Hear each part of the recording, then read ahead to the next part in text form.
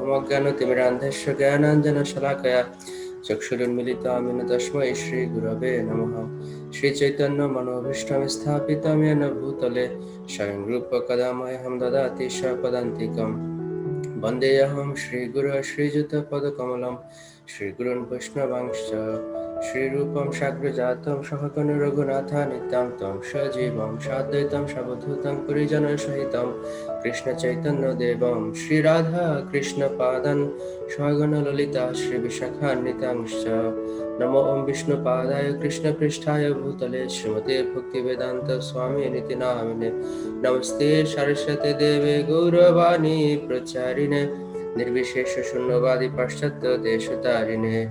वाञ्छाकल्पतरुभ्यश्च कृपा सिन्धुभ्येव च पतितानां पावनेभ्यो वैष्णवेभ्यो नमो नमः।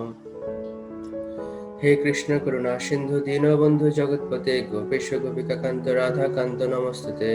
तप्त कांचन गौरांगी राधे वृंदावनेश्वरी वृषभानुसुते देवी प्रणमामि हरिप्रिये। जय श्री कृष्ण चैतन्य प्रभु नित्यानंद श्री अद्वैत गदाधर शिवासादि गौर भक्त वृंद। हरे कृष्ण कृष्ण कृष्ण हरे हरे, हरे राम राम राम हरे हरे। হরে কৃষ্ণ। আমি শিওর যে সবাই খুব ভালো আছি, সুস্থ আছি। আর ফার্স্ট অফ অল অ্যাপোলজি যে আজকে ক্লাস একটা দেরিতে শুরু করতে হলো, আধা ঘন্টা আমরা লেট করে ফেলছি আর কি। আমরা হচ্ছে ভগবত গীতার আজকে চ্যাপ্টার 15 শুরু করব। হ্যাঁ, ওম নমো ভগবতে বাসুদেবায়, ওম নমো ভগবতে বাসুদেবায়, ওম নমো ভগবতে বাসুদেবায়। তো চ্যাপ্টার 15 আসলে খুবই ইন্টারেস্টিং। এটা হচ্ছে, এই অধ্যায়ের নাম হচ্ছে পুরুষোত্তম যোগ। বা এটাকে আমরা বলতে পারি যে কিভাবে মানে জড়জাগতিক বিষয় থেকে আসক্তি মানে দূরে রেখে কিভাবে পুরুষোত্তম মানে পরম পুরুষোত্তম মানে স্বয়ং ভগবান শ্রীকৃষ্ণের ওনার চরণে কিভাবে আসক্তি বৃদ্ধি করা যায়। মানে সোজা কথা যে detach from matter, attach to Krishna. ঠিক আছে, সো আমরা একটু সেকশনগুলো লিখে রাখি। হ্যাঁ, সংক্ষেপে যে কি আছে না আছে। সেকশন এ আমরা দেখতে পাচ্ছি যে শ্লোক নাম্বার হচ্ছে 1 to 5। এখানে হচ্ছে আমরা দেখব যে এই জড়জগতে যে জীবের যে বন্ধন সেটা কিরকম, হ্যাঁ, nature of the entanglement of the soul. যে জড়জগতে যে এই বন্ধনটা, সেই বন্ধনটা কিরকম। তারপর আমরা দেখব সেকশন বি তে যে এই যে বন্ধনের ফলে ট্রান্সমাইগ্রেশন হয়, মানে এটাকে আমরা বলি যে দেহান্তর। যে একটা দেহ থেকে একটা দেহ এভাবে আমরা দেখি। এভাবে আমরা আগের অধ্যায়গুলোতে একটু করে দেখছি সেগুলো, তাই না? যে দেখলাম লাস্টের চ্যাপ্টারে যে গুণত্রয় বিভাগ, সেখানে এরকম ভাবে 3টা গুণের দ্বারা আবদ্ধ হয়ে সে বারবার এই সংসার চক্রে ঘুরপাক খাচ্ছে। তো এখানে আমরা দেখবো যে এই ট্রান্সমাইগ্রেশনটা কিভাবে হয়, এবং এটার সেটা যে সকাম কর্মের ফলটা কি, বা আমরা যদি ভগবত ভক্তি না করি তার ফলে আমাদের ইভেনচুয়ালি কি গতি হবে। তারপরে দেখবো যে সেকশন সি তে যে কৃষ্ণ অনেক ভাবে নিজেকে এক্সপ্রেস করছেন এই জড়জগতে। এগুলো মানে এগুলো হচ্ছে যারা হচ্ছে মানে অল্প বুদ্ধি সম্পন্ন বা যাদের বুদ্ধি কম, তারা সেগুলোকে দেখেও না দেখার ভান করে। কৃষ্ণ এত সহজ করে আমাদেরকে বোঝাচ্ছেন, তারপরেও শুধুমাত্র বোঝাচ্ছেনই না, নিজে দৃষ্টান্ত স্থাপন করে আমাদের সামনে উনি দেখাচ্ছেন। তারপরেও আমরা দেখবো যে ওইরকম অনেক মূর্খ ব্যক্তিরা আছে যারা হচ্ছে এই কৃষ্ণকে, এই জড়জগতের যে পালনকর্তা সেই হিসেবে তারা দেখতে সক্ষম হয় না। আর লাস্টের সেকশনটা হচ্ছে দেখবো যে বেদান্ত সূত্রের যে সামারি, সেটা আজকে চ্যাপ্টারে আমরা দেখবো। ঠিক আছে, তো আমরা সবাই জানি আমরা জানি বেদ, বেদাঙ্গ, বেদান্ত। তো বেদান্তটা হচ্ছে কি বেদের অন্ত। বেদের অন্ত হচ্ছে কি বেদের সর্বশেষ। এখানে প্রভুপাদ এরকম বলছিলেন যে অনেক সময় বেদান্ত হচ্ছে যে এটাকে দুভাবে বলা যায়, বেদ অন্ত অথবা বেদন্ত। দেখা যাচ্ছে যে বেদান্তটা এত কঠিন অনেক সময় যে এটা করতে গিয়ে দাঁত অনুসারে ভেঙে যায়, দেখ না যে দাঁত ভাঙা কঠিন, বেদান্ত বলে এটা। ঠিক আছে, তো যাই হোক, তো সেটা দেখবো যে কৃষ্ণ খুব সহজে এবং শর্টকাটে মানে বেদান্ত সূত্রের যেই মেইন থিম সেটা ব্যাখ্যা করছেন। ঠিক আছে, এটা হচ্ছে লাস্ট সেকশন। এটা হচ্ছে আমাদের 4টা সেকশন মোটামুটি তো এই মানে চ্যাপ্টার 15 হচ্ছে আমাদের মানে আমাদের যে সম্প্রদায় মানে মধ্যাচার্য মানে কি বলে ব্রহ্ম মাধ্য গৌড়ীয় সম্প্রদায়, রাইট? তো আমাদের এই ব্রহ্ম মাধ্য গৌড়ীয় সম্প্রদায়ের মানে এটা শুরু হচ্ছে ব্রহ্মা থেকে। তারপর হচ্ছে মধ্যাচার্য নামে একজন আচার্য মানে একজন আচার্য আছেন আমাদের আমাদের লাইনে। তো মধ্যাচার্যের হচ্ছে এই 15 চ্যাপ্টারটা খুবই প্রিয়। ওনার হচ্ছে মানে ওনার দুটো চ্যাপ্টার খুব প্রিয়, 12 এবং 15, এবং খুব ইন্টারেস্টিং। দুটো চ্যাপ্টারে 20টা করে শ্লোক আছে। আচ্ছা আমি একটু ভগবদ্গীতাটা শেয়ার করি। সো এই দুইটা চ্যাপ্টারই 20টা করে শ্লোক আছে, এবং এই মধ্যাচার্য হচ্ছেন ভীমের অবতার। মানে ভীম যিনি হচ্ছে দাপর যুগে যিনি ভীম ছিলেন, হ্যাঁ, এই কলিযুগে তিনি হচ্ছেন মধ্যাচার্য, ঠিক আছে? তো সেই হিসেবে আচ্ছা তাহলে গীতার এই জ্ঞানটা দেওয়া আছে কাকে? অর্জুনকে। কৃষ্ণ অর্জুনকে দিয়েছেন। তাহলে অর্জুন কিন্তু হচ্ছেন ভীমের ছোট ভাই। তো মধ্যাচার্য হচ্ছেন কে? তাহলে অর্জুনের বড় ভাই। তো এখন মধ্যাচার্য না উনি আসলে কিছুটা রেগে গেছিলেন মাঝে মধ্যে, এরকম যে এত এত করে বোঝানোর পরেও কেন অর্জুন বুঝতেছে না।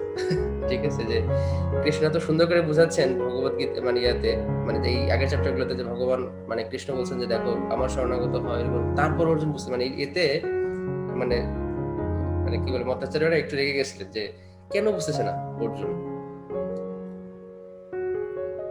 তো পুরুষোত্তম হচ্ছেন কি সমস্ত পুরুষদের মধ্যে যিনি উত্তম, রাইট? তিনি হচ্ছেন পুরুষোত্তম। সো এবং এবং সেটা হচ্ছে কি ভক্তারাং যজ্ঞ তপস্যাম সর্বলোক মহেশ্বরম। সো কৃষ্ণ হচ্ছেন সমস্ত কিছুর সমস্ত যজ্ঞের অরিজিনাল ভোক্তা। সেজন্য মানে পুরুষ কথাটা মানে হচ্ছে যিনি ভোক্তা, এবং সেই পরম পুরুষ হচ্ছেন কে? ভোক্তারম যজ্ঞ তপস্যাম সর্বলোক মহেশ্বরম। সেই সর্বলোকের যে মহেশ্বর পরমেশ্বর ভগবান শ্রীকৃষ্ণ তিনি হচ্ছেন পুরুষোত্তম। তো সেই জন্য এটা আসলে ভক্তিযোগই মানে ভক্তিযোগটা কি আসলে এই এই চ্যাপ্টার মানে এইটা মানে কি বলে এই চ্যাপ্টারটা হচ্ছে প্রমোট করে। আর আমরা আগের চ্যাপ্টারগুলোতে দেখছিলাম যে আসলে 13 মানে এই সেগমেন্টে 13 এবং 14, 13 কি ছিল কি বলতে পারবে? মানে চ্যাপ্টার 13 এর নামটা কি ছিল? What was the name of chapter 13? প্রকৃতি পুরুষ বিবেক যোগ। রাইট, প্রকৃতি পুরুষ এবং বিবেক যোগ। সেখানে আমরা দেখছি প্রকৃতির নেচার মানে সেখানে অর্জুন অনেক কোশ্চেন করছেন ইয়াকে কৃষ্ণকে, প্রকৃতি ছিল পুরুষ ছিল তাই না? তারপরে সেখানে আমরা দেখছিলাম যে ক্ষেত্রজ্ঞ, রাইট? সেখানে অনেক মানে জ্ঞানের কথা বলা ছিল।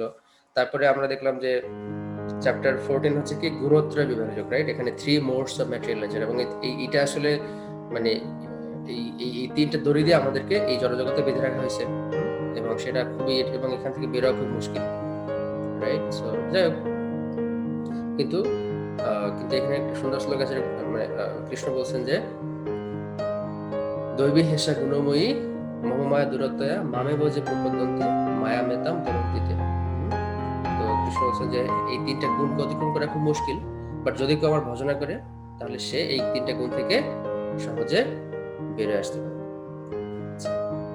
এটা যদি লেখা হয়ে যায় তাহলে আমি তাহলে ভগবদ্গীতায় ব্যাক করি।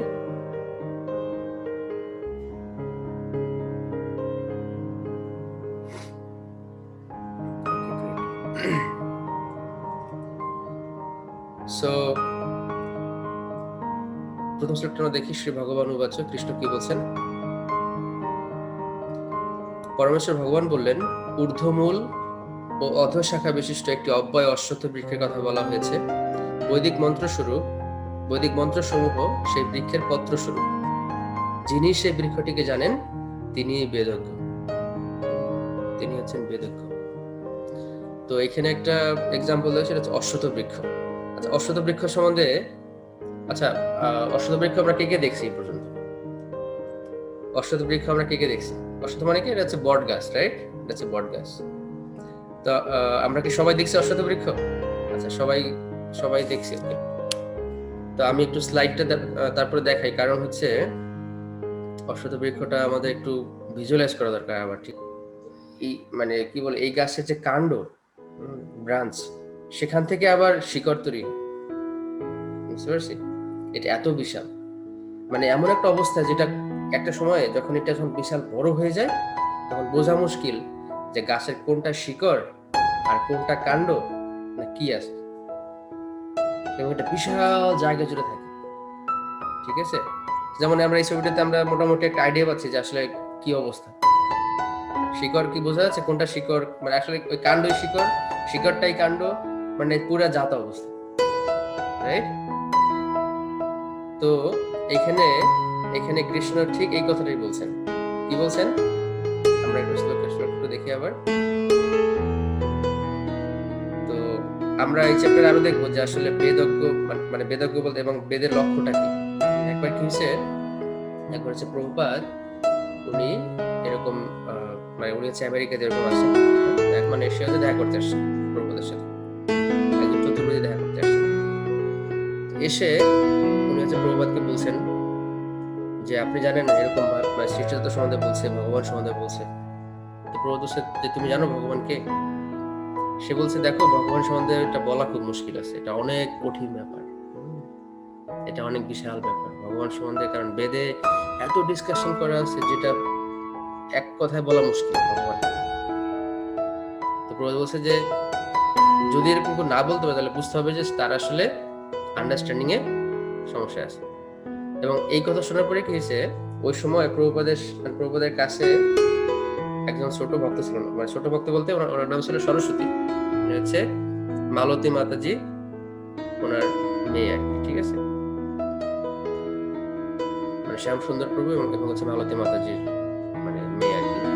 তো এখন ওই পিচ্ছি মানে সরস্বতী সে বলতেছে কি, ও ভগবান তো কৃষ্ণ, তুমি জানো না? মানে মানে সরস্বতী হচ্ছে কি, উনি হচ্ছে ওই মানে যেই চতুর্বেদী তাকে বলতেছেন, ও তুমি জানো না কৃষ্ণ, মানে তুমি জানো না ভগবানকে, ভগবান তো কৃষ্ণ। তখন প্রভুপাদ হেসে দিয়েছে, প্রভুপাদ বলছে যে যে আপনি 4 বার বেদ পড়ছেন, মানে যদি বেদ যদি কেউ 4 বার পড়ে তাকে বলে চতুর্বেদী, 3 বার পড়লে তাকে বলে ত্রিবেদী। তো বলছে তুমি 4 বার বেদ পড়ার পরে তুমি বুঝতেছো না যে ভগবান কে? আর দেখো এই যে যে মানে সরস্বতী ছোট 3 বছরের বাচ্চা, সেই পর্যন্ত বলতেছে কৃষ্ণ হচ্ছে ভগবান। তাহলে বেদ পড়ে কি লাভ হলো যদি বেদ পড়ে ভগবান কি যদি আমরা না জানতে পারি? যাই হোক, তো মানে এটা হচ্ছে ব্যাপার আর কি, যে এই বেদে আসলে বেদ হচ্ছে মানে বেদ কথা মানে হচ্ছে জ্ঞান, বেদ কথা হচ্ছে বিদ থেকে, হ্যাঁ, মানে বেদ মানে হচ্ছে জ্ঞান। তো এই জ্ঞানটা আসলে এটা এত হিউজ, যেটা বললাম আর কি, যে আমরা জাস্ট একটা একটা একটা বট গাছ দিয়ে আমরা just we are comparing, but you know this বট গাছ is compared to nothing if you compare about the knowledge, right? আচ্ছা, সো যেটা এখানে আমরা দেখি একটু তাৎপর্য দেখি প্রভুপাদ কি বলছেন। ভক্তিযোগের গুরুত্ব আলোচনা করার পর কেউ প্রশ্ন করতে পারে তাহলে বেদের অর্থ কি?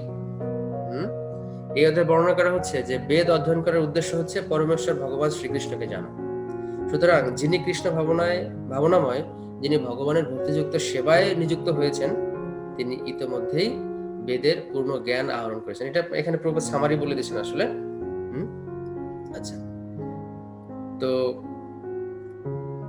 এখানে একটা ইন্টারেস্টিং ব্যাপার আছে, যারা হচ্ছে নির্বিশেষবাদী বা যারা হচ্ছে মায়াবাদী, তারা বলে কি, তারা বলে যে ঠিক আছে বুঝলাম যে এই এই যদি আমরা ফিগারটা একটু দেখি, আমাদের এটা একটু পারসেপশনটা ক্লিয়ার হবে।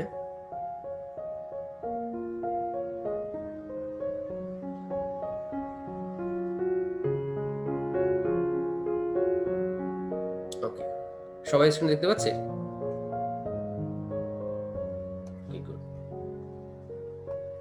সো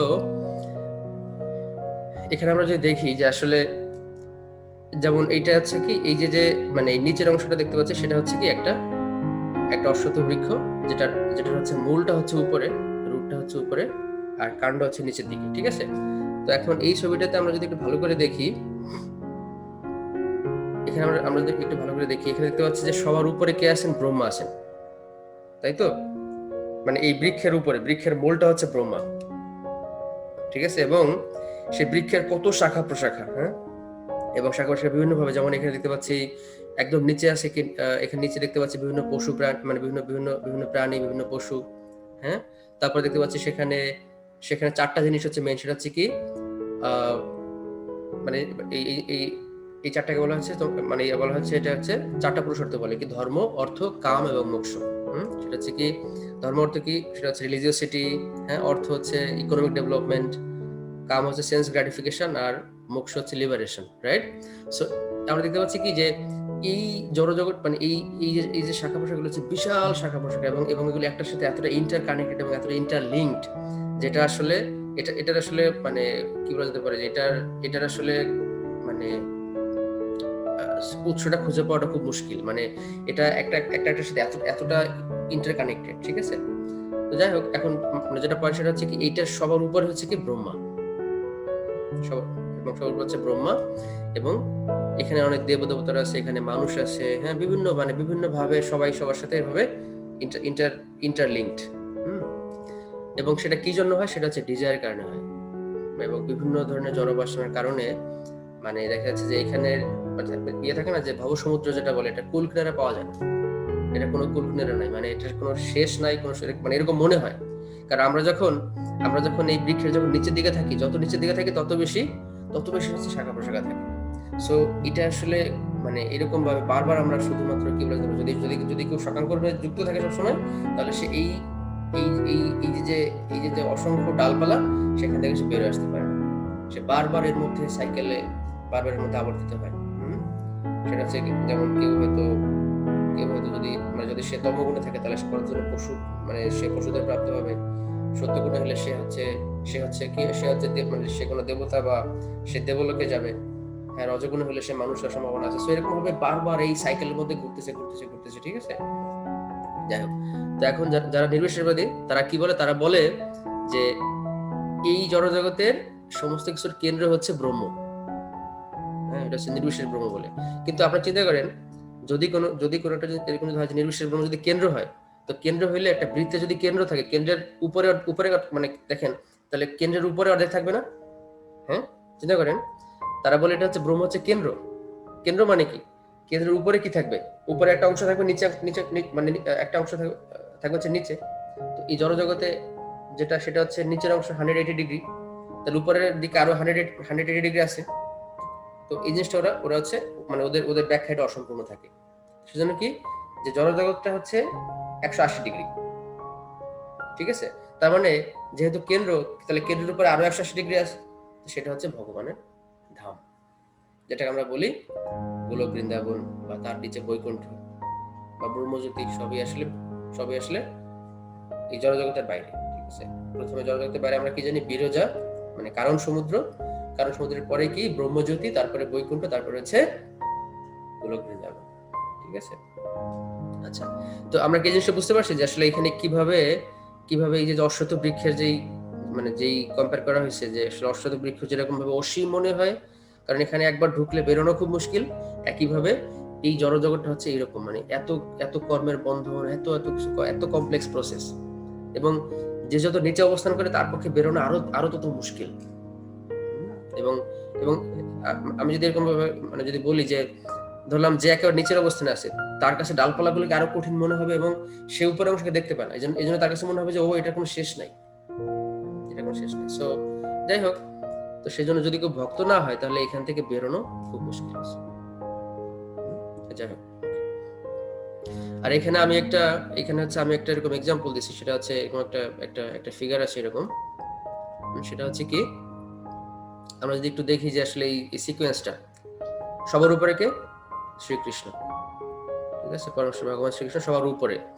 তো উনি হচ্ছেন সবকিছুর আদি, রাইট? গোবিন্দম আদি পুরুষম তমহং ভজামি, রাইট? সো আমরা দেখতে পাচ্ছি যে কৃষ্ণ হচ্ছেন সমস্ত অবতারদের অবতারী, এবং কৃষ্ণের প্রথম এক্সপানশন কে? কৃষ্ণ কিভাবে মানে নিজেকে কিভাবে হচ্ছে প্রথমে এক্সপ্যান্ড করেন, সেটা হচ্ছে বলরাম হিসেবে। এটা আমরা একটু লিখে রাখি, এটা আমাদের পরবর্তীতে কাজে লাগবে, ঠিক আছে? সো কৃষ্ণের প্রথম এক্সপ্রেশন হচ্ছে বলরাম।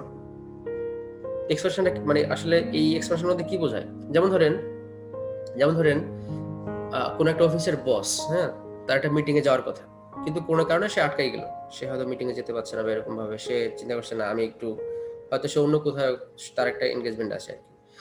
তখন সে কি করলো, তখন সে ওই অফিসের আরেকজনকে সে বললো যে দেখো, তুমি আমার হয়ে তুমি ওই মিটিং এ গিয়ে উপস্থিত থাকো। তখন কি হবে, তখন মানে জাস্ট এটা হচ্ছে শুধুমাত্র বোঝার জন্য যে তাহলে সেই ব্যক্তিটা যাকে এরকম বলা হয়েছে, ঠিক আছে তুমি মিটিং এ যাও, তুমি গিয়ে আমার হয়ে তুমি এখানে গিয়ে কথা বলো, বা তুমি আমার হয়ে তুমি হচ্ছে কাজগুলো করো। তার মানে দুজনের কিন্তু ক্ষমতা এখন সেম হয়ে গেল, দুজনের কিন্তু ক্ষমতা সেম। কারণ হচ্ছে যে প্রথম যিনি বস, তিনি অন্যজনকে ওই পুরো ক্ষমতা দিয়ে দিয়েছেন, ঠিক আছে তুমি আমার হয়ে রিপ্রেজেন্ট করো। সো একইভাবে কৃষ্ণের প্রথম এক্সপ্রেশন হচ্ছেন বলরাম। আচ্ছা, তো বলরামের হচ্ছে 4টা এক্সপ্রেশন আছে। সেটা হচ্ছে কি বাসুদেব, সংকর্ষণ বা মহাসংকর্ষণ, একই কথা। বাসুদেব, সংকর্ষণ, প্রদ্যুম্ন এবং অনিরুদ্ধ, এই 4জন হচ্ছে বলরামের এক্সপানশন। আচ্ছা, তো আচ্ছা, তো আমাদেরকে বুঝতে হবে যে কৃষ্ণ মানে শ্রীকৃষ্ণ হচ্ছেন, উনি হচ্ছেন বৃন্দাবনের ওনার এক্সপানশন, যেটা ঠিক আছে, কৃষ্ণ বলরাম ওনার, ঠিক আছে। আর বাসুদেব, মহাসংকর্ষণ ওনারা হচ্ছেন অযোধ্যা, তারপরে মথুরা, তারপরে দ্বারকাতে ওনাদের ইয়ে থাকে, ঠিক আছে। আর এই 4জন যেটা বললাম, বাসুদেব, সংকর্ষণ, অনিরুদ্ধ এবং প্রদ্যুম্ন, এনাদের এক্সপানশন হচ্ছে কি নারায়ণ, যিনি কোথায় থাকেন, তিনি থাকেন হচ্ছে বৈকুণ্ঠে। বৈকুণ্ঠের এক্সপানশন মানে বৈকুণ্ঠ হচ্ছে এই 4জন, ওনার এক্সপানশন হচ্ছে নারায়ণ। 4জন মিলে হচ্ছেন কি এক্সপানশন হচ্ছে নারায়ণ, এবং নারায়ণ হচ্ছেন বৈকুণ্ঠে। আচ্ছা, এরপরে আমরা যে বললাম যে কারণ সমুদ্র, এই কারণ সমুদ্রে যিনি মহাবিষ্ণু সাহিত্য আছেন, সে মহাবিষ্ণু হচ্ছেন সংকর্ষণের অবতার। সংকর্ষণ হচ্ছেন কি, যেটা আমরা দেখলাম যে ওই 4জনের মধ্যে একজন, ঠিক আছে। তো সংকর্ষণ অবতার হচ্ছেন মহাবিষ্ণু। আর মহাবিষ্ণু থেকে হচ্ছে গর্ভদক্ষী বিষ্ণু এবং ক্ষীরোদক্ষী বিষ্ণু। এবং আমরা জানি যে পুরুষ অবতার হচ্ছেন 3জন, রাইট? কারণদক্ষী বিষ্ণু, দেন গর্ভদক্ষী বিষ্ণু, দেন ক্ষীরোদক্ষী বিষ্ণু, ঠিক আছে। সো এবং এই 3জন মিলে মহাবিষ্ণু, গর্ভদক্ষী বিষ্ণু, কারণদক্ষী এবং ক্ষীরোদক্ষী বিষ্ণু, এই 3জন মিলে হচ্ছেন কি ভগবানের পুরুষ অবতার। আচ্ছা, এবং গর্ভদক্ষী বিষ্ণুর যে নাভিকমল, সেখান থেকে ব্রহ্মার এক্সপানশন হয়, সেখান থেকে ব্রহ্মা সৃষ্টি হয়, ঠিক আছে। আর এই ব্রহ্মা থেকে পরবর্তীতে দেবদেবী, মনুষ্য জাতি, হ্যাঁ, অন্যান্য জীব বা অন্য যত মানে যত সৃষ্টি আছে তারা প্রকাশিত হয়।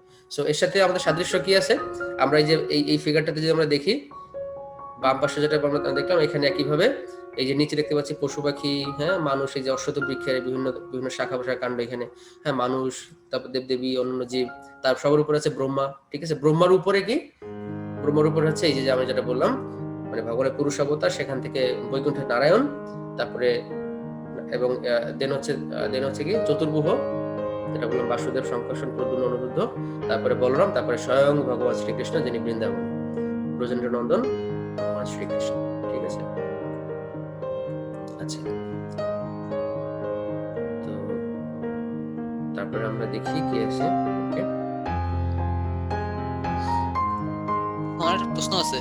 হ্যাঁ, আর কি আমি এক জায়গায় শুনছিলাম যে আর কি একমাত্র পৃথিবী থেকে শুধুমাত্র গোলক বৃন্দাবনে যাওয়া যায়।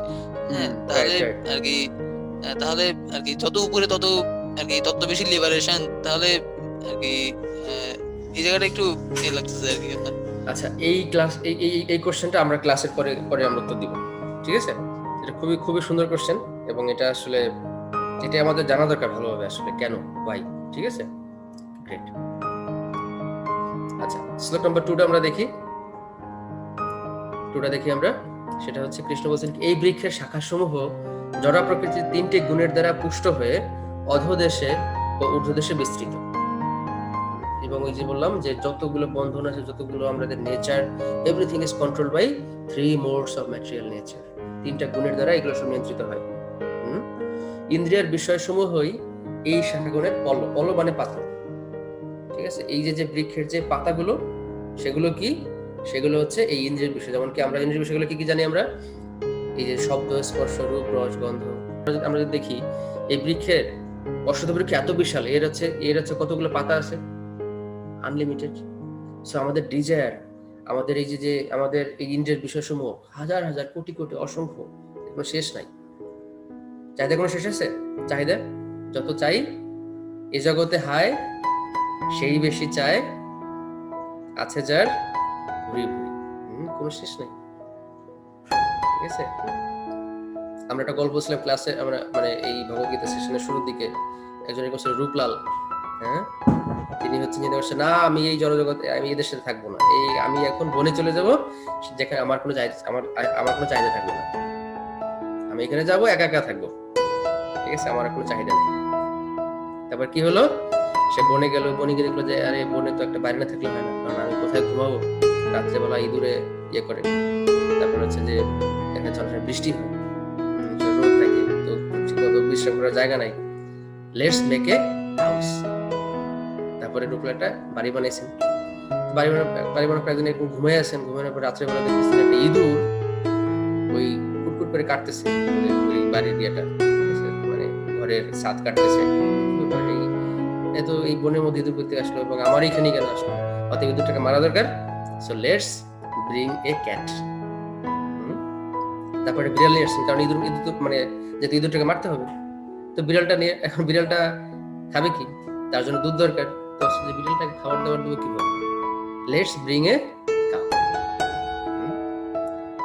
একটা গাভী নিয়ে আসলো, এখন গাভী থেকে দুধ পাচ্ছে বিড়ালটা বেশ খাওয়া দাওয়া করতেছে, বেশ ঠিক আছে, কিন্তু গাভীটার জন্য গাভীটা টেক কেয়ার করবে কি, সে ভাবলো যে আমার একটা লোক দরকার, তাহলে যে একটা লোক আনবো, আবার লোক আনলে তাকে এক্সট্রা আবার তার জন্য বাড়ি বানাইতে হবে, এক্সট্রা খরচ আছে, তাহলে কাজ করি একটা বিয়ে করি,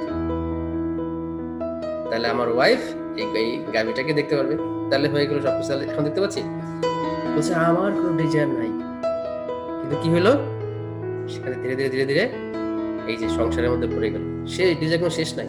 তারপরে বলবো যে আচ্ছা বিয়ে তো করছি, একটা বাচ্চা দরকার, বাচ্চা হলে কি হবে, স্কুলে যাওয়া দরকার, স্কুলে তো কোথায় দিব, হ্যাঁ, তারপরে বড় হলে তাদেরকে বিয়ে দিতে হবে, তো এরকম ভাবে কোনো শেষ নেই, there is no end of this। যাই ওকে, এনিওয়েজ, সো এই এই যে এই তিনটা গুণের দ্বারা আসক্ত হয়ে মানুষজন এত এত কর্ম করে, ঠিক আছে, কোনো শেষ নেই, ভাবে যে ঠিক আছে আজকে এখানেই শেষ করব, কিন্তু ওইখানে শেষ হয় না।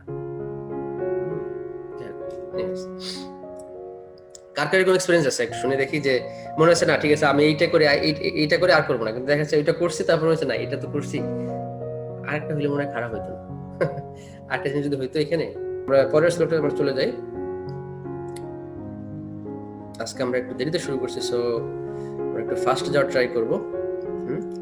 আচ্ছা, এই বৃক্ষের স্বরূপ এই জগতে উপলব্ধ হয় না, এর আদি অন্ত ও স্থিতি যে কোথায় তা কেউ বুঝতে পারে।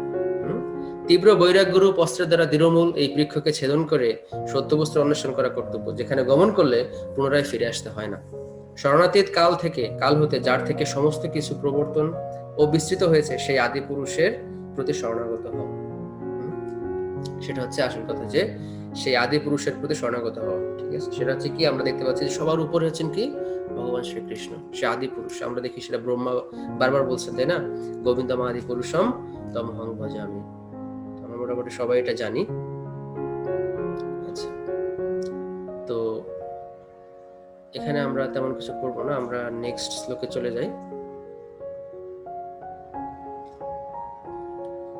আচ্ছা, যারা অভিমান ও মোহশূন্য, সঙ্গদোষ রহিত, নিত্য অনিত্য বিচার পরায়ণ, কামনা বাসনা বর্জিত, সুখ দুঃখ আদি দ্বন্দ্বসমূহ থেকে মুক্ত এবং মোহমুক্ত, তারাই সেই অব্যয়পদ লাভ করে। সেটা হচ্ছে ব্যাপার, যে এটা হয়তো মানে আমরা যেটা বললাম যে আসলে এই যে অশ্বত্থ বৃক্ষের কথা বললাম, আসলে এই অশ্বত্থ বৃক্ষটা আসলে এত জটিল যেটা আসলে বোঝা মুশকিল যে কোন শাখা থেকে কোন শাখার উৎপত্তি হয়েছে। যেমন আমরা দেখলাম যে বটগাছের ক্ষেত্রে কি হয়, যেটাই কাণ্ড সেখান থেকে আবার মূল আসতেছে, হ্যাঁ, সেখান থেকে বৃক্ষের রুট, আবার রুট থেকে আবার কাণ্ড। সো এটা আসলে মানে এটা এত মুশকিল এটাকে যথাযথভাবে উপলব্ধি করা, যে আসলে কোনটার পরে কোনটা। তো সেই জন্য যে এই মানে কি বলা যেতে পারে, যে আসলে মানে এই মানে সিমিলারলি এই জড়জগৎ থেকে আসলে এটাও অনেক মুশকিল আছে, যে কিভাবে মানে দেখা যাচ্ছে যে এত এন্টাঙ্গেল একটা সাথে আরেকটা। যাই হোক, আচ্ছা, আমাদের সেকশন বিটা কি ছিল?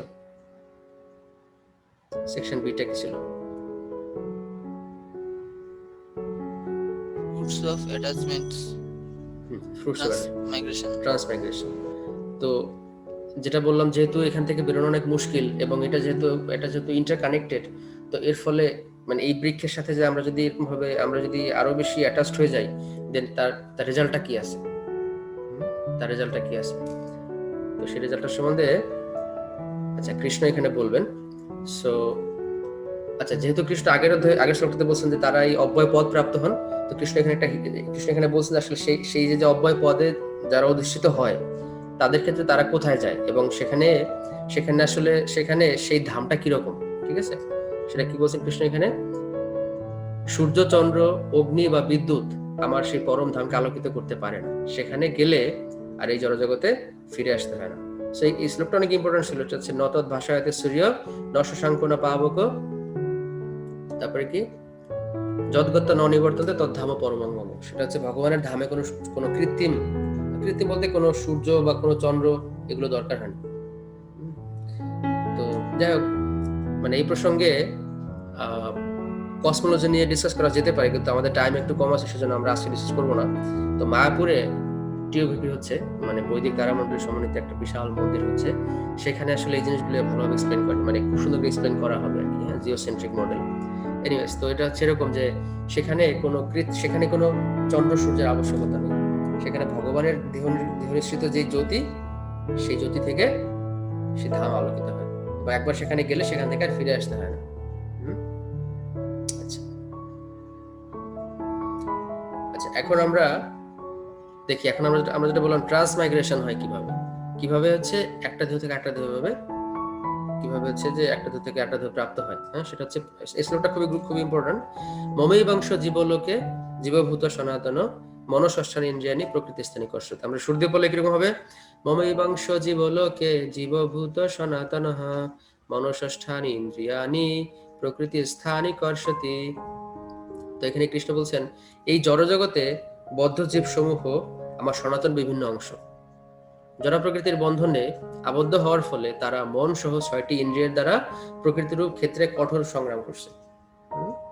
তো এই যেটা বললাম, এই যে পুরো বটগাছ, যেটা অশ্বত্থ বা অশ্বত্থ রূপে এই যে আমাদের জড়জগৎ, সেখানে হচ্ছে একটা বিশাল ক্ষেত্র।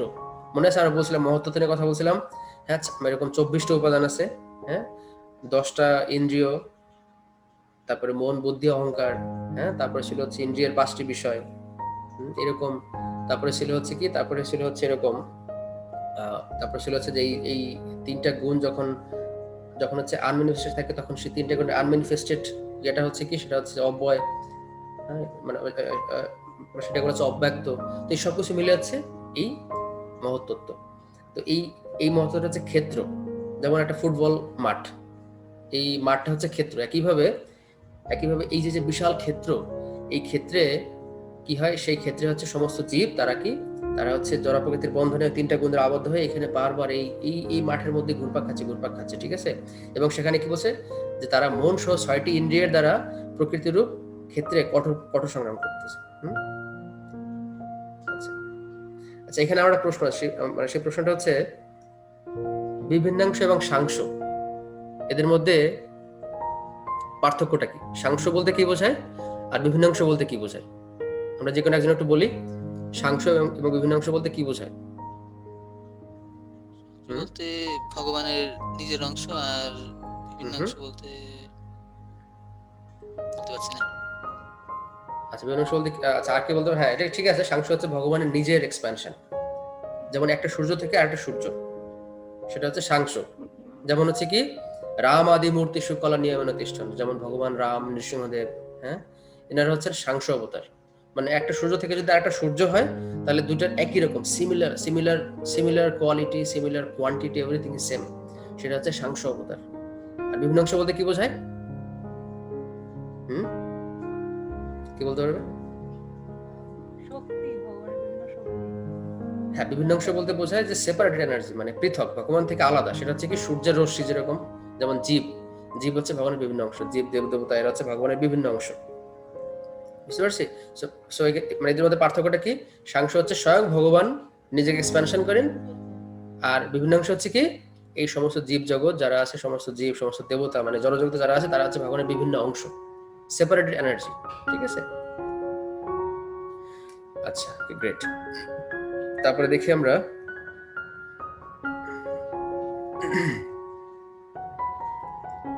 এখানে খুব সুন্দর তাৎপর্য আছে। আমি এখন এটা আপাতত এদিকে যাচ্ছি না, যেহেতু আমাদের টাইমে একটা ব্যাপার আছে। আচ্ছা, তারপর শ্লোকটা আমরা দেখি। তো এই যে ট্রান্সমাইগ্রেশনটা হয়, যেটা বললাম যে এই যে বিশাল ক্ষেত্র, এই ক্ষেত্রে ট্রান্সমাইগ্রেশনটা কিভাবে হয়, সেখানে বলছে যে বায়ু যেমন ফুলের গন্ধ নিয়ে অন্যত্র গমন করে, তেমনি এই জড়জগতে দেহের ঈশ্বর জীব এক শরীর থেকে অন্য শরীরে তার জীবের বিভিন্ন ধারণাগুলি নিয়ে যায়। তো সেটা কিরকম, এখানে একটু সুন্দরই আছে যে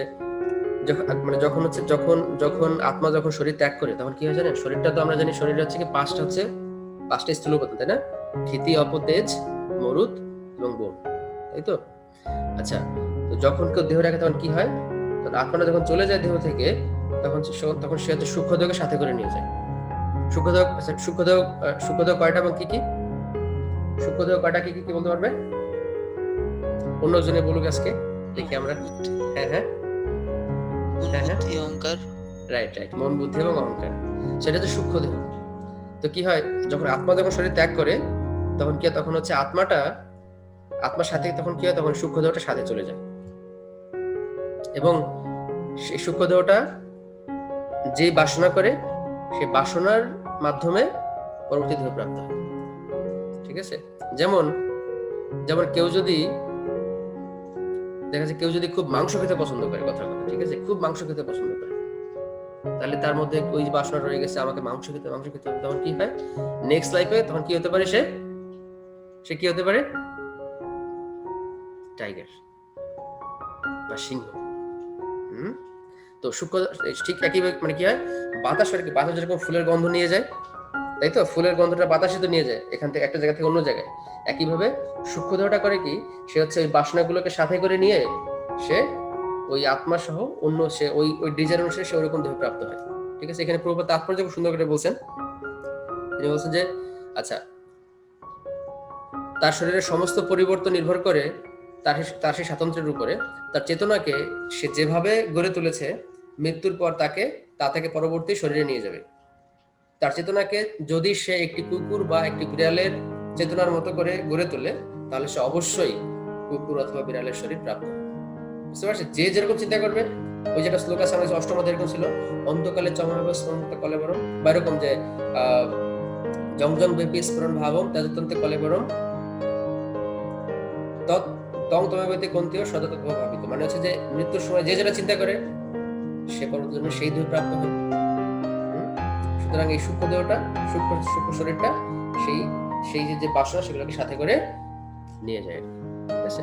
আচ্ছা, এই জীব চক্ষু, কর্ণ, ত্বক, জিহ্বা, নাসিকা ও মনকে আশ্রয় করে ইন্দ্রিয়ের বিষয়সমূহ উপভোগ করে। আমরা দেখতে পাচ্ছি যে আসলে আত্মা করে কি, আত্মা মানে আচ্ছা মানে আত্মা করে কি, এই আত্মাটা হচ্ছে যে ইন্দ্রিয়ের মাধ্যমে শরীর বিভিন্ন কিছু উপভোগ করে। ঠিক আছে? এটা এখানে আমরা দেখলাম। যেমন হচ্ছে যে এরকম ভাবে দেখা যাচ্ছে হয়তো এরকম ভাবে আত্মাটা চাইলো কি যে সে একটা কিছু ভালো জিনিস দর্শন করতে, তখন চোখটাকে সে বলে ঠিক আছে ফাইন্ড সামথিং বিউটিফুল। কোনো কিছু খেতে চাচ্ছে, ওকে ফাইন্ড সামথিং টেস্টি, এরকম আর কিছু। তো আত্মাটা আসলে এইভাবে ইন্দ্রিয়ের মাধ্যমে সে বিষয়টাকে ভোগ করার চেষ্টা করে। কিন্তু আমরা জানি আত্মার প্রকৃত স্বরূপটা কি, সেটা হচ্ছে কৃষ্ণ নিত্য দাস। তো সেজন্য এই ইন্দ্রিয়ের বিষয় মানে ইন্দ্রিয়ের বিষয়গুলোকে নিষ্ক্রিয় করা সম্ভব না। কিন্তু কিভাবে এটাকে নিষ্ক্রিয় মানে কিভাবে এটাকে শুধুমাত্র এটাকে জড়জগৎ থেকে ভগবানের দিকে ধাবিত করতে, আর কিছু। এটা হচ্ছে ডিভোশনাল লাইফ। ঠিক আছে? এটা আমরা সবাই জানি মোটামুটি। তারপর আমরা দেখি, আচ্ছা, তারপরে সেকশনটা কি ছিল? Section C.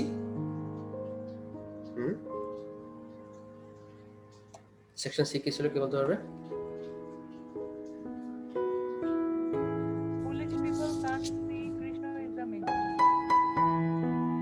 হ্যাঁ, যারা মূর্খ তারা ভগবানের এই অসীম বিভূতি বা তারা ভগবান যে নিয়ন্ত্রণ সেটা বুঝতে পারে না, সেটা দেখেও তারা বুঝতে পারে না। মানে সেজন্য তাকে মূর্খ বলা হয়, কিন্তু তারা বুঝতে পারে না, এই জন্য। যাই হোক, এখন দেখি কৃষ্ণ কি বলছেন।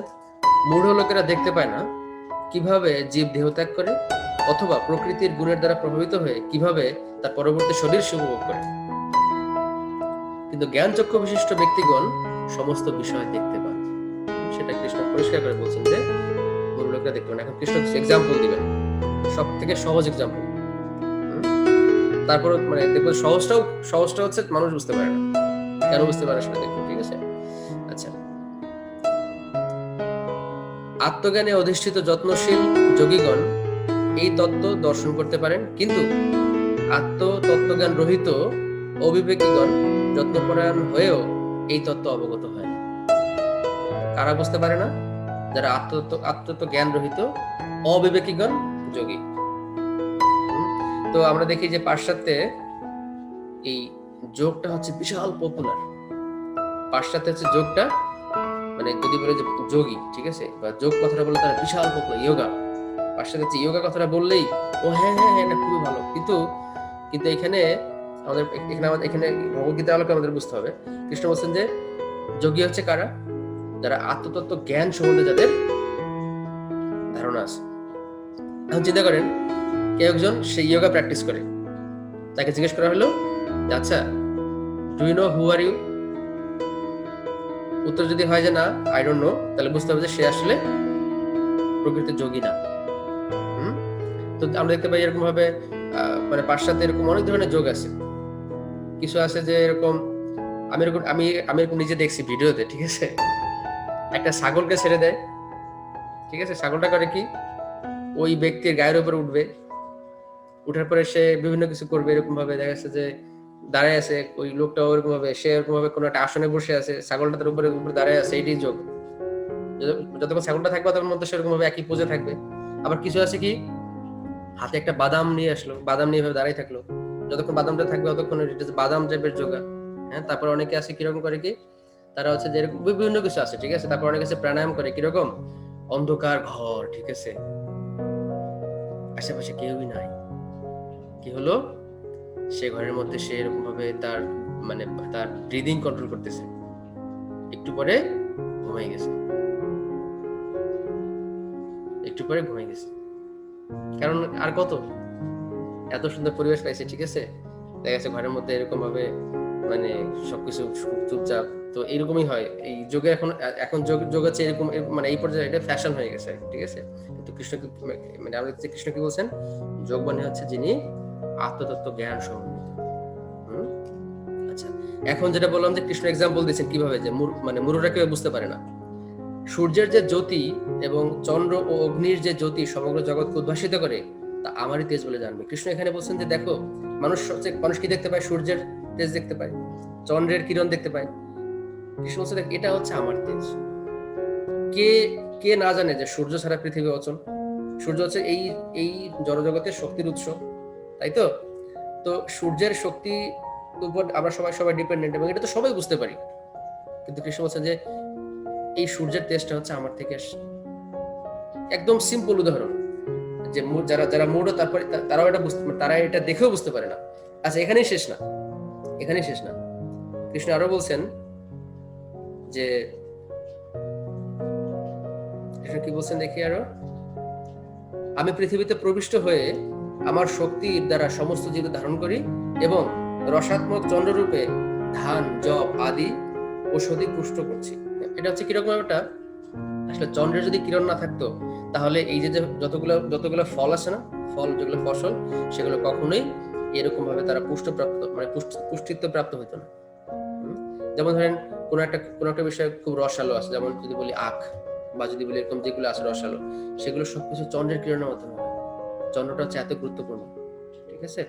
চন্দ্রের কিরণ না থাকলে কোনো কিছু এরকম এত স্বাদ হতো না, কোনো সবজিতে বা কোনো ইয়াতে, ঠিক আছে। এনিওয়েজ, তো কৃষ্ণ এখানে আরো হচ্ছে আরো সুন্দর এক্সাম্পল দিয়েছেন এখানে। কৃষ্ণ বলছেন আমি জঠরাগ্নি রূপে প্রাণীগণের দেহ আশ্রয় করে প্রাণ ও অপান বায়ুর সংযোগে 4 প্রকার খাদ্য পরিপাক করি। কৃষ্ণ বলছে যে তুমি যে খাও, হ্যাঁ, তোমার যে হজমটা হয়, সে হজমের শক্তিটাও আমার থেকে আসছে। এরপরেও যারা ভগবানকে বুঝতে পারে ওদেরকে বলা হয় মূঢ়। এটাকে বলা জঠর অগ্নি, ঠিক আছে। এটা হচ্ছে জঠর অগ্নি, যেটা আমরা আমাদের যে খাবার যে হজম হয় ঠিক পারে না, তাকে বলা হয় অগ্নিমান্দ। একটা রোগ আছে অগ্নিমান্দ, মানে কি অগ্নিমান্দ হচ্ছে কি, যে যদি সে খাওয়ার পরে দেখা যাচ্ছে তার ঠিকমতো হজম হয় না, এদেরকে বলা হয় অগ্নিমান্দ রোগ। কারণটা কি, তাদের ওই পাকস্থলীর যে আগুনটা যেটা বলে জঠরাগ্নি, সেটা এনাফ স্ট্রং না। যাই হোক, তো পয়েন্ট হচ্ছে যে কৃষ্ণ বলছেন যে এই তুমি যে কোনো কিছু খাও, সেটা তুমি হজম করো, সেই আগুনটাও আসলে আমার থেকে আসছে। এরপরও দেখ কৃষ্ণ কত এক্সপ্রেশন করছেন নিজেকে, তারপরও মানে অনেকভাবে এক্সপ্লেন করছেন আর মানুষকে, কিন্তু still they're saying oh no this is not coming from Krishna, this is natural, এটা নরমাল প্রসেস। কিন্তু কৃষ্ণ বলছে যে এই নেচারটাও আমার অধ্যক্ষতায় পরিচালিত হয়। এই শ্লোকটা তারপরে দেখি আমরা 15 তো আমরা প্রায় শেষ দিকে চলে আসছি, লাস্ট সেকশন। আচ্ছা, এই সেকশনের নামটা কি?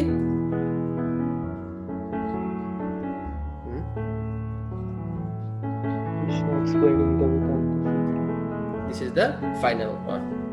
বেদান্ত সূত্রটা কি বলছিলাম আমরা? বেদান্ত সূত্র হচ্ছে বেদের অন্ত, যেটা বেদ অন্ত, ঠিক আছে? বেদান্ত সূত্রের যে সামারি, যে জিস্ট, সেটা কৃষ্ণ আজকে এখানে এক্সপ্লেইন করছেন অর্জুনকে। বাই দ্য ওয়ে, আমরা জানি যে গতকালকে হচ্ছে কি ছিল? গতকাল ছিল হচ্ছে গীতা জয়ন্তী, এবং গতকালকে মোক্ষদা একাদশী। মোক্ষদা একাদশীর তিথিতে অর্জুনকে কৃষ্ণ এই গীতার জ্ঞানটা দান করছিলেন, মানে এই গীতার জ্ঞানটা দান করছিলেন, এবং সেজন্য হচ্ছে গীতা জয়ন্তী, ঠিক আছে? সো এই যে যতগুলো দেখলাম, এই পুরো জিনিসটা বলতে কৃষ্ণের লাগছে 45 মিনিটস এরকম, ঠিক আছে? কৃষ্ণ 45 মিনিটসে এই সমস্ত ভগবদ্গীতার জ্ঞানটা অর্জুনকে দান করছিলেন, ঠিক আছে? সো এই শ্লোকটা একটু আমরা দেখি। সর্বস্ব চাহম হৃদি সন্নিবিষ্ট মত্ত স্মৃতির জ্ঞানম অপহনম চ বেদেশ্ব সর্বৈরহমেব বেদ বেদান্ত কৃত বেদবিদ এব চাহম। আচ্ছা, এটার মিনিংটা হচ্ছে কিরকম? আমি সমস্ত জীবের হৃদয়ে অবস্থিত এবং আমার থেকেই স্মৃতি জ্ঞান ও বিলোপ হয়। আমি সমস্ত বেদের জ্ঞাতব্য এবং আমি বেদান্ত কর্তা এবং বেদবিদ। সমস্ত বেদের উদ্দেশ্য কি? উদ্দেশ্য হচ্ছে ভগবান শ্রীকৃষ্ণকে জানা। এটি হচ্ছে বেদ পড়ার উদ্দেশ্য। আমরা ক্লাস শুরুতে একটা এক্সাম্পল দিয়েছিলাম যে সে চতুর্বেদী, সে বেদ পড়ে বলছে 4 বার, কিন্তু তাকে জিজ্ঞেস করেছে ভগবানকে, সে বলছে এটা অনেক জটিল বিষয়, এটাকে ব্যাখ্যা করার সুযোগ নাই, এটা অনেক কঠিন, এটা বোঝানো মুশকিল। তার মানে কি, বেদ পড়ে যদি ভগবানকে যদি না জানতে পারি, তাহলে সে বুঝতে হবে যে বেদ পড়ার উদ্দেশ্য আমাদের সার্থক হয় নাই। কারণ হচ্ছে কি, কারণ বেদের কৃষ্ণ বলছেন আমি সমস্ত বেদের জ্ঞাতব্য। সমস্ত বেদ পড়ে কাকে জানা উচিত? কৃষ্ণকে জানা উচিত। এবং এখানে কৃষ্ণটা সুন্দর কথা বলছেন। কৃষ্ণের কাছ থেকে কি হয়? স্মৃতি, জ্ঞান, সবকিছু কৃষ্ণের কাছ থেকে আসে। এবং কৃষ্ণ আমরা যদি বলি যে কৃষ্ণ হচ্ছে কি স্মৃতির জ্ঞানম অপহনম চায়, এবং উনি যে এই যে মানে স্মৃতির যে বিলোপ, সেটাও কৃষ্ণের কারণেই হয়। সেটা কৃষ্ণই আমাদেরকে সেটা করেন। এখন এখানে কি বলতে পারে তাহলে ভুলে যাওয়া তো সমস্যা? ভুলে যাওয়া সমস্যা না, ভুলে গেলে তো, যদি সব ভুলে যাই তাহলে তো মুশকিল আছে। তাহলে এটা কৃষ্ণ কি বললো? ঠিক আছে, আমরা বুঝলাম কৃষ্ণ আমাদেরকে জ্ঞান প্রদান করেন, দ্যাট ইজ ওকে, কিন্তু আমরা যে ভুলে যাই সেটা তো ঠিক না। মানে এটা ঠিক না বলতে, এটা আসলে তাহলে এটা কেন হলো? আমরা কেন আমাদের ভুলে গেলে তো সমস্যা। যেমন মানে দেখা যাচ্ছে যে কোনো কাজ যদি ভুলে যাই, তাহলে তো আমরা কাজটা ঠিক মতো করতে পারবো না। কিন্তু আমরা দেখতে পাই যে না, আসলে এই যে ভুলে যাওয়াটা অনেক অনেক অনেক ইম্পর্টেন্ট আমাদের জন্য। আমরা যদি ভুলে না যেতাম, তাহলে অনেক সমস্যা যেত। সেটা কিরকম? আপনি চিন্তা করেন, আগের জন্মে কেউ একটা বাঘ ছিল, কথা, ঠিক আছে? এই জন্য সে মানুষ হয়েছে। এখন যদি চিন্তা করে আগের জন্য একটা বাঘ ছিলাম, এখন যদি কোনো কিছু কাজ করতে যায়, তখন সে যে আরে আমি তো আগের জন্য বাঘ ছিলাম, তো চিন্তা করলে সে কি ঠিক মতো কাজ করতে পারবে? সে মনে হবে যে আমি তখন তখন দোটালা সৃষ্টি হবে। বা আমি ওই কথা বাদ দিলাম, যখন কেউ একটা কাজ করে, তখন যদি সে 4-5টা দিন চিন্তা করে, তখন সেই কাজটা ঠিক মতো করতে পারবে না। কারণ আমাদের ব্রেন একসাথে একটা বেশি কাজ করতে পারে না ভালোভাবে, রাইট? সো পয়েন্টটা হচ্ছে এটাই যে এই যে স্মৃতির বিলোপটা, সেটাও আসলে ভগবান থেকে আসছে। এবং এই প্রসঙ্গে একটা সুন্দর গল্প আছে যে ভুলে যাওয়াটা কত গুরুত্বপূর্ণ। ভুলে না গেলে সমস্যা আছে। সেটা আমরা একটা গল্পের মাধ্যমে আমরা জিনিসটা একটু মানে বোঝার ট্রাই করি। সেটা হচ্ছে যে একবার এক জায়গায় যাত্রা গ্রামের এরকম অনেক যাত্রা হয়, যাত্রাপালা হয়, ঠিক আছে? সেখানে রামায়ণ অভিনীত হচ্ছে, ঠিক আছে? রামায়ণের মানে সেখানে আমরা জানি রাম এবং রাবণের যুদ্ধ হচ্ছে সর্বশেষ সিন, ঠিক তো? রামায়ণের সবশেষ মানে সিনটা কি? রাম এবং রাবণের যুদ্ধ। এবং সেই যুদ্ধে কে পরাজিত হবে সেই যুদ্ধে? রাবণ, রাইট? এখন সবকিছু ফাইনাল স্টেজ রেডি, সবাই যাত্রাপালার মধ্যে আছে, সবাই খুব সুন্দর করে এনজয় করতেছে যাত্রা। এখন শেষ সিন চলে আসছে, রাবণকে রাম মেরে ফেলবে ধনুকের মাধ্যমে, ঠিক আছে? মানে ধনুক দিয়ে তীরের মাধ্যমে। এখন কি হয়েছে, ওই আচ্ছা যাত্রাপালার যে স্টেজ, সেটা কিন্তু নিচে অনেক এরকম ভাবে সুন্দর কার্পেট বেছানো থাকে, যেন যেন ধুলোবালি না আসে, রাইট? এরকম থাকে আর কি। এনিওয়েজ, এখন ওই রাবণ আর রাম যুদ্ধ চলতেছে, ব্যাপক যুদ্ধ চলতেছে, কিন্তু রাবণ আর পরাজিত হয় না। রাম চেষ্টা করতেছে কিন্তু রাবণ পরাজিত হয় না, ঠিক আছে? রাবণ আর মরতেছে না, কিন্তু সিনটা কিরকম হওয়া উচিত? সিনটা হচ্ছে ঠিক আছে, রাবণ একটু বিরক্রম, একটু বীর বিক্রম দেখাবে, কিন্তু একটা পর্যায়ে রাবণ কি হবে? ধরাশায়ী হয়ে যাবে। কিন্তু রাবণ আর কি হচ্ছে না? ধরাশায়ী হচ্ছে না। শুরুর দিকে দর্শক হাততালি দিচ্ছে, দর্শকের হাততালি দিচ্ছে, হ্যাঁ হ্যাঁ রাবণ তো সেই রকম, কিন্তু কিন্তু হাতে দিতে তখন দর্শকদের কষ্ট হয়ে গেছে যে কি রাবণের কিছু হয় না কেন? এটা কোন রাবণ রে ভাই? এরকম রাবণ তো আমরা দেখিনি। এখন ঘটনা আসলে কি জানেন? আসলে ঘটনা ঘটছে তার আগে, যাত্রাপালা শুরুর আগে যে রামের ভূমিকা যে হচ্ছে অ্যাক্টিং করতেছে, সে হচ্ছে বিড়ি খাচ্ছিল। এটা হয়তো যাত্রাপালা এরকম হয়, একটু বিড়ি সিগারেট খায় আর কি। এখন রাবণের ভূমিকায় যে অ্যাক্টিং করতেছে, সে বলছে ভাই আমাকে একটা দিস, কিন্তু সে দেয় নাই। রামের ভূমিকায় যে অ্যাক্টিং করছে, সে রাবণকে ওই সিগারেট একটা টান দিতে দেয় নাই। এখন ওইটা তো রাবণের মনে আছে, দাঁড়াও আজকে আমি অ্যাক্টিং এ দেখাবো, তুমি যে আমাকে এটা দিলা না, আজকে তোমাকে আমি দেখাবো কত ধানে কত চাই। ওই যে তার মনে আছে এটা, ঠিক আছে, তার মনে আছে যে তাকে একটা টান দিতে দেওয়া হয়নি। এখন এই যে সিন এখানে চলতেছে, ওর তো আর রাবণ আর ধরাশায়ী হচ্ছে না, বরং রাবণ আর পারলে রাম কি আর ওরকম ইয়ে করতে চায়, যাই রে তুই, কারণ তার তো মনে আছে তাকে একটা টান দিতে দেয় নাই। তো রাবণ তখন বলছে আরে এদিকে রাবণ আর পরে না, উল্টা রামের এখন মানে ঘাম বের হয়ে যাচ্ছে, কি ব্যাপার ভাই, এরকম তো সিনেমার এক্সপ্রেস হওয়ার কথা না, কি হচ্ছে তো বুঝতে পারছি। পরে এখন ওই যারা হচ্ছে ওই যাত্রার যারা পরিচালক, তারা দেখছে কি ব্যাপার, মানে 5 মিনিট 10 মিনিট আধা ঘন্টা হয়ে গেছে, যুদ্ধ হচ্ছে, সিরিয়াল থেকে বড় হয়ে যাচ্ছে, এত কি ব্যাপার, এত এরকম হচ্ছে কেন? তারপর বাধ্য হয়ে ওই যাত্রার যিনি মালিক, মানে যিনি যাত্রা পরিচালক, সে চিন্তা করছে না রাবণ আর করবে না, বোঝা যাচ্ছে রাবণ আর ধরাশায়ী হবে না, কারণ রাবণের তো মাথার মধ্যে ওইটি সবসময় যে আমাকে কেন ওটা দিল না, ওই একটা টান দিলে কিন্তু মানে তাহলে কিন্তু সে এত করে করতো না। পরে বাধ্য হয়ে ওই যাত্রার যে পরিচালক, সে করছে কি, ওই নিচে যে বললাম কার্পেট আছে না, ওই কার্পেট ধরে টান দিয়ে রাবণকে ফেলাই দিছে, কারণ রাবণ তো করতেছে না, রাবণ যুদ্ধে হারতেছে না, ঠিক আছে?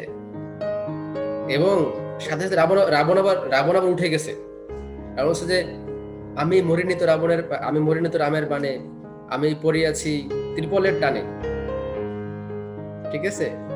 যে দেখো আমি কিন্তু মানে সে উঠে আবার লাভ দিই, কারণ সে তো ভুলে যায় না এই জিনিসটা, ঘটনাটা এখনো মাথার মধ্যে আছে, ঠিক আছে? তার মানে কি, তার মানে আমাদের আসলে ভুলে যাওয়াটা অনেক অনেক ইম্পর্টেন্ট আছে। সবকিছু মনে থাকলে তাহলে কিন্তু সবকিছু একদম হজবরল হয়ে যাবে, বুঝতে পারছি? বলছে আমি মরিনি তো রামের বাণে, আমি ভূমিতে পড়িয়াছি এই ত্রিপলের টানে, মানে কার্পেটের টান দিয়ে ওকে ফেলা দিছে, এটা সবার উঠে বলতেছে। সো পয়েন্ট হচ্ছে যে এই সেজন্য আমাদের এই ভুলে যাওয়াটাও এটাও একটা ইম্পর্টেন্ট, সবকিছু মনে রাখলে সম্ভব না, আমাদের পরবর্তী দিকে আগানো সম্ভব না, ঠিক আছে? এনিওয়েজ, ঠিক আছে, তারপরে দেখি আমরা শ্লোক নাম্বার 16। খর এবং অক্ষর দুই প্রকার জীব রয়েছে, এই জড়জগতের সমস্ত জীবকে খর এবং চিৎ জগতের সমস্ত জীবকে অক্ষর বলা, এবং এইটি হচ্ছে কি বেদান্ত সূত্রের সংক্ষেপ, ঠিক আছে? তার দুই প্রকার জীব আছে, খর এবং হচ্ছে অক্ষর, ঠিক আছে? তো এখানে তারপরে আমরা দেখি প্রভুপাদ কি বলছেন। প্রভুপাদ বলছেন পূর্বেই বর্ণিত হয়েছে যে ব্যাসদেব রূপে অবতরণ করে ভগবান বেদান্ত সূত্র প্রণয়ন করেন। এখানে ভগবান সংক্ষেপে বেদান্ত সূত্রের সারমর্ম বর্ণনা করছেন, ঠিক আছে? তো খর মানে কি? খর হচ্ছে কি যারা হচ্ছে কন্ডিশনাল, যারা নিত্যবদ্ধ, আর অক্ষর হচ্ছে কি যারা নিত্য মুক্ত, মানে কি একান্তভাবে যুক্ত, যারা হচ্ছে কি যারা পরম পুরুষোত্তম ভগবানের সাথে একাত্মভাবে যুক্ত, তারা হচ্ছে অক্ষর, আর যারা যুক্ত না, যারা হচ্ছে ভগবান বিমুখী, তাদেরকে বলা হয় খর। আচ্ছা, তারপরে শ্লোকটা কি আছে? কৃষ্ণ বলছেন এই উভয় থেকে ভিন্ন, হ্যাঁ, উত্তম পুরুষকে বলা হয় পরমাত্মা, যিনি ঈশ্বর ও অব্যয় এবং ত্রিজগতের মধ্যে প্রবিষ্ট হয়ে পালন করছেন। তো এটা হচ্ছে কি, এবং বলছে যে এই যে খর এবং অক্ষর, এর থেকেও সেপারেট আরেকজন ব্যক্তি আছে, তিনি আছেন কি ভগবান স্বয়ং পরমাত্মা রূপে। এটা হচ্ছে বেদান্ত সূত্রের সারমর্ম। জীব আর হচ্ছে কি ভগবান আলাদা, ঠিক আছে? তো এবং এই জীবের মধ্যে দুই রকম আছে, নিত্যবদ্ধ আর নিত্যমুক্ত। নিত্যবদ্ধ মানে কি, যারা সবসময় মায়ার দ্বারা আসক্ত, যারা সবসময় যারা ভগবত বিমুখী, যারা ভগবানকে মানতে চায় না, অসুর। আর হচ্ছে কি সুর মানে কি, যারা ভগবানকে মানে, বা যারা যারা যারা সবসময় ভগবানের সেবার দ্বারা সাথে যুক্ত থাকে, তারা হচ্ছে নিত্য মুক্ত, এদেরকে বলে অক্ষর। এবং চিন্ময় জগতে যাওয়ার যোগ্যতা হচ্ছে এই অক্ষর, তারাই শুধু চিন্ময় জগতে তারা ভগবত ধামে যেতে পারে। আর যারা যারা যারা হচ্ছে জড়জগতে, যারা খর, তারা কি, তারা ওই যে বললাম অশ্বত বৃক্ষের মতো এরকম সকল কর্মে যারা বিভিন্ন ভাবে ডাল পালা পাতা দিয়ে আবদ্ধ থাকে, তারা এখান থেকে বেরোতে পারে না।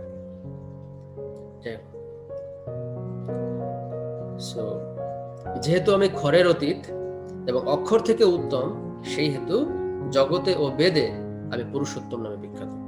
কৃষ্ণ এখানে বলছেন, দেখো আমি এই যে জড়জগতের মানে যে সমস্ত প্রাণী আছে, এদের থেকে আমি অতীত। আবার যে অক্ষর যারা আছে, অক্ষর মানে যারা চিন্ময় জগতে মানে যে সমস্ত জীবেরা আছে, তাদের থেকেও কৃষ্ণ বলছেন আমি হচ্ছে উত্তম, সেজন্য আমি হচ্ছে পুরুষোত্তম। ঠিক আছে? এবং কৃষ্ণ বলছেন সেহেতু জগতে এবং বেদে আমি পুরুষোত্তম নামে বিখ্যাত। তার মানে এখান থেকে আমরা বুঝতে পারছি যে আসলে কৃষ্ণ এখানে বলছেন যে মানে কখনোই জীবের সত্তা বিলোপ হয় না। মায়াবাদীরা কি বলে, তারা একসময় ভগবান হয়ে যাবে। এখন হচ্ছে, এবং তারা বলে কি জানেন, তারা বলে যে এই জড়জগৎটা হচ্ছে মিথ্যা। শুধুমাত্র তাই না, তারা বলে যে ভগবান যখন সত্যগুণের মাধ্যমে অধিষ্ঠিত হন, তখন এটাকে একটু অন্যভাবে বলি। তারা বলছে যে জীব যখন সত্যগুণ অধিষ্ঠিত, তখন সে ভগবান এর সমকক্ষ হয়ে যায়। জীব যখন তমগুণে থাকে, জীব যখন রজগুণে থাকে, তখন সে হচ্ছে মানুষ হিসেবে থাকে। সুতরাং সত্যগুণে হইলেই সে একসময় নারায়ণ হয়ে যাবে। সেই জন্য মায়াবাদীরা কি করে, মায়াবাদীরা করে কি, তারা যখন অন্য কোনো সন্ন্যাসীকে দেখে একই গ্রুপের, তখন তাদেরকে নারায়ণ বলে সম্বোধন করে। তারা কি বলে, তারা বলে নারায়ণ অমুক, নারায়ণ তমুক, এরকম। ঠিক আছে? কারণ কি, তারা মনে করে জীব যখন সত্যগুণে চলে যায়, তখন সে নারায়ণ হয়ে যায়। তার মানে তখন জীবাত্মা আর পরমাত্মা এক হয়ে যায়। কিন্তু কৃষ্ণ এখানে তাই বলছেন? কৃষ্ণ এখানে তাই বলে না। কৃষ্ণ কি বলছেন, যে আমি খরের অতীত এবং অক্ষর থেকে উত্তম। তার মানে separate identity is not same. ঠিক আছে? এনিওয়েজ, এটা হচ্ছে তাদের ভ্রান্ত ধারণা। যারা মায়াবাদী, তারা মনে করে যে তারা ভগবানের সাথে তারা সমকক্ষ হয়ে যাবে, ভগবানের সাথে লীন হয়ে যাবে বা এক হয়ে যাবে, which is not right. Okay, great. Last শ্লোকে চলে, লাস্টের আগেরটা। হে ভারত, যিনি নিঃসন্দেহে আমাকে পুরুষোত্তম বলে জানেন, তিনি সর্বজ্ঞ এবং তিনি সর্বতোভাবে আমাকে ভজনা করেন। এটা হচ্ছে ইভেন্চুয়াল কথা, যে যিনি এরকম ভাবে নিঃসন্দেহে আমাকে পুরুষোত্তম বলে জানেন, তিনি হচ্ছেন প্রকৃত জ্ঞানী। ওই যে বলছে যে আমরা যেটা বললাম, এই যে অশ্বত্থ বৃক্ষ যেটা আছে, এই অশ্বত্থ বৃক্ষটা তো বিশাল, কিন্তু যে ভগবানকে জানে, সে ওই বেদ রূপ যে বৃক্ষ, সেটাকে জেনে ফেলছে। কারণ আমরা জানছি বেদের উদ্দেশ্য কি, ভগবানকে জানা। ঠিক আছে? আমাদের লাস্ট শ্লোক। হে নিষ্পাপ অর্জুন, হে ভারত, এভাবেই সবচেয়ে গোপনীয় শাস্ত্র আমি তোমার কাছে প্রকাশ করলাম। যিনি তত্ত্ব অবগত হয়েছেন, তিনি প্রকৃত বুদ্ধিমান এবং কৃতার্থ হন। সবচেয়ে গোপনীয় জ্ঞান। ঠিক আছে? যেমন আমরা দেখি অন্যান্য যতগুলো ধর্ম আছে, যেমন খ্রিস্ট ধর্মে কি বলা আছে, এখানে যীশু খ্রিস্ট বলছেন তাদের ফলোয়ারকে, দেখো, I wanted to say a lot of things to you, but you are not eligible, you are not qualified to listen that, to hear that. ঠিক আছে? তারপরে আর একটা ধর্ম আছে সেখানে বলা আছে এরকম ভাবে যে না, আল্লাহ রূপ সম্বন্ধে জিজ্ঞেস করা যাবে না, you cannot ask about the form of God, you cannot ask any questions about this, no. কিন্তু এখানে দেখতে পাচ্ছি কৃষ্ণ কি বলছেন, হে অর্জুন, এভাবেই সবচেয়ে গোপনীয় শাস্ত্র জ্ঞান তোমাকে আমি প্রকাশ করলাম, তোমাকে আমি দিলাম এখানে, এর থেকে আর হাইয়েস্ট কিছু নাই। হোয়াট ইজ দ্য ডিফারেন্স, বুঝতে পারছি? সেজন্য আমরা বলছি যে সনাতন ধর্মটা হচ্ছে কি, this like a chamber dictionary, it has everything. এবং যিনি তত অবগত হয়েছেন তিনি প্রকৃত বুদ্ধিমান এবং কৃতার্থ। সুতরাং আমাদের এটা বুঝতে হবে যে আমাদের এই নলেজটা, ভগবদ্গীতার জ্ঞানটা যে কত সুপ্রিম, এবং এর থেকে গোপনে আর কিছু নাই, নাথিং বিয়ন্ড দ্যাট। বাট অন্য ক্ষেত্রে কি বললাম, if you read that, then you will see, তারা বলছে না, you cannot ask this, I wanted to say something more, but you are not eligible. But here Arjuna has been instructed by Krishna, and Krishna said, Arjun, this is the most confidential knowledge I have given you so far. There is nothing beyond that. বুঝতে পারছি যে আমাদের এই সনাতন ধর্ম বা বেদের জ্ঞানটা কত অ্যামেজিং। হ্যাঁ, ওকে, গ্রেট। সো আমরা তাৎপর্য একটু পরে আমরা শেষ করি। পূর্ণ কৃষ্ণ ভাবনায় ভাবিত হয়ে শুদ্ধ ভক্ত সঙ্গে যখন ভগবত ভক্তির অনুশীলন করা হয়, তখন কতগুলি প্রতিবন্ধককে সম্পূর্ণভাবে পরাভূত করার প্রয়োজন হয়। ভক্ত হইতে হলে কিছু জিনিসকে আমাদেরকে পরাজিত করতে হবে। সেটা কি? তার মধ্যে সবচেয়ে গুরুত্বপূর্ণ হচ্ছে হৃদয়ের দুর্বলতা। প্রথম অধঃপতনের মূল কারণ হচ্ছে জড়া প্রকৃতির উপর প্রভুত্ব করার অভিলাষ। আমাদের হৃদয়ের দুইটা হচ্ছে উইকনেস। নাম্বার ওয়ানটা কি? যে wanted to lord over the material nature, জড়জগতের প্রতি প্রভুত্ব করার বিলাস, I want to become the boss, I want to enjoy. ঠিক আছে, এভাবেই যে পরমেশ্বর ভগবানের অপ্রাকৃত প্রেম ভক্তি পরিত্যাগ করে। আর সেকেন্ডটা কি? সেকেন্ড দুর্বলতা কি? সেকেন্ড উইকনেসটা কি? সেটা হচ্ছে যে আধিপত্য করার বাসনা। এবার ওয়ান্ট টু বি ইনফ্লুয়েন্স, কারণ আমি বস হতে যাচ্ছি, আমি বস, ফার্স্ট হচ্ছে বস হতে চাইলাম, দেন হচ্ছে আমার প্রভাবটাকে আমি বিস্তার করতে চাচ্ছি, যে ওকে লেট মি ফর্ম এ গ্রুপ টু এক্সপ্লয়েট। ঠিক আছে, সোজা কথা কি, হাউ টু এক্সপ্লয়েট। আচ্ছা, এই প্রবণতা যতই বৃদ্ধি পায় ততই সে জড়ের প্রতি আসক্ত হয় এবং সে জড়ের প্রতি তার আধিপত্য বিস্তার করতে থাকে। এই হৃদয়ের দুর্বলতাগুলোই হচ্ছে জড় অস্তিত্বের কারণ। এই অধ্যায়ের প্রথম 5টি শ্লোকে হৃদয়ের এই সমস্ত দুর্বলতা থেকে মানুষকে মুক্ত হওয়ার পদ্ধতি বর্ণনা করা হয়েছে, এবং এই অধ্যায়ের বাকি অংশে 6ষ্ঠ শ্লোক থেকে শেষ পর্যন্ত পুরুষোত্তম যোগ নিয়ে আলোচনা করা হয়েছে। ভগবানের স্বরূপ নিয়ে ভগবান বলছেন যে দেখো, এবং বেদান্ত সূত্রে আমরা দেখলাম সামারি, হ্যাঁ, সবকিছু। সো এখানে আমরা আরেকটা জিনিস একটু দেখি, এটা আমরা আরেকটু দেখি তাৎপর্যের এই অংশটা। এই শ্লোকে অর্জুনকে যে অনঘ বলে সম্বোধন করা হয়েছে তা অত্যন্ত তাৎপর্যপূর্ণ। তার অর্থ হচ্ছে যে যতক্ষণ পর্যন্ত না মানুষ সব রকম পাপ থেকে মুক্ত হচ্ছে, ততক্ষণ পর্যন্ত শ্রীকৃষ্ণকে জানতে পারা সম্ভব নয়। যদি কেউ সমস্ত পাপ থেকে মুক্ত না হয়, তাহলে ভগবানকে জানার কোনো সুযোগ নেই। মানুষকে সব রকমের পাপের কলুষতা থেকে মুক্ত হতে হবে, তখনই কেবল সে উপলব্ধি করতে পারবে। কিন্তু ভক্তিযোগ এতই শুদ্ধ, এখন দেখেন, এটা হচ্ছে অ্যামেজিং অফ ডিভোশনাল সার্ভিস, অ্যামেজিংনেস। সেটা কি? কিন্তু ভক্তিযোগ এতই শুদ্ধ ও শক্তিশালী যে কেউ যখন একবার ভগবত সেবায় নিযুক্ত হয়, তখন সে আপনা থেকেই সমস্ত পাপ থেকে মুক্ত হয়ে যায়।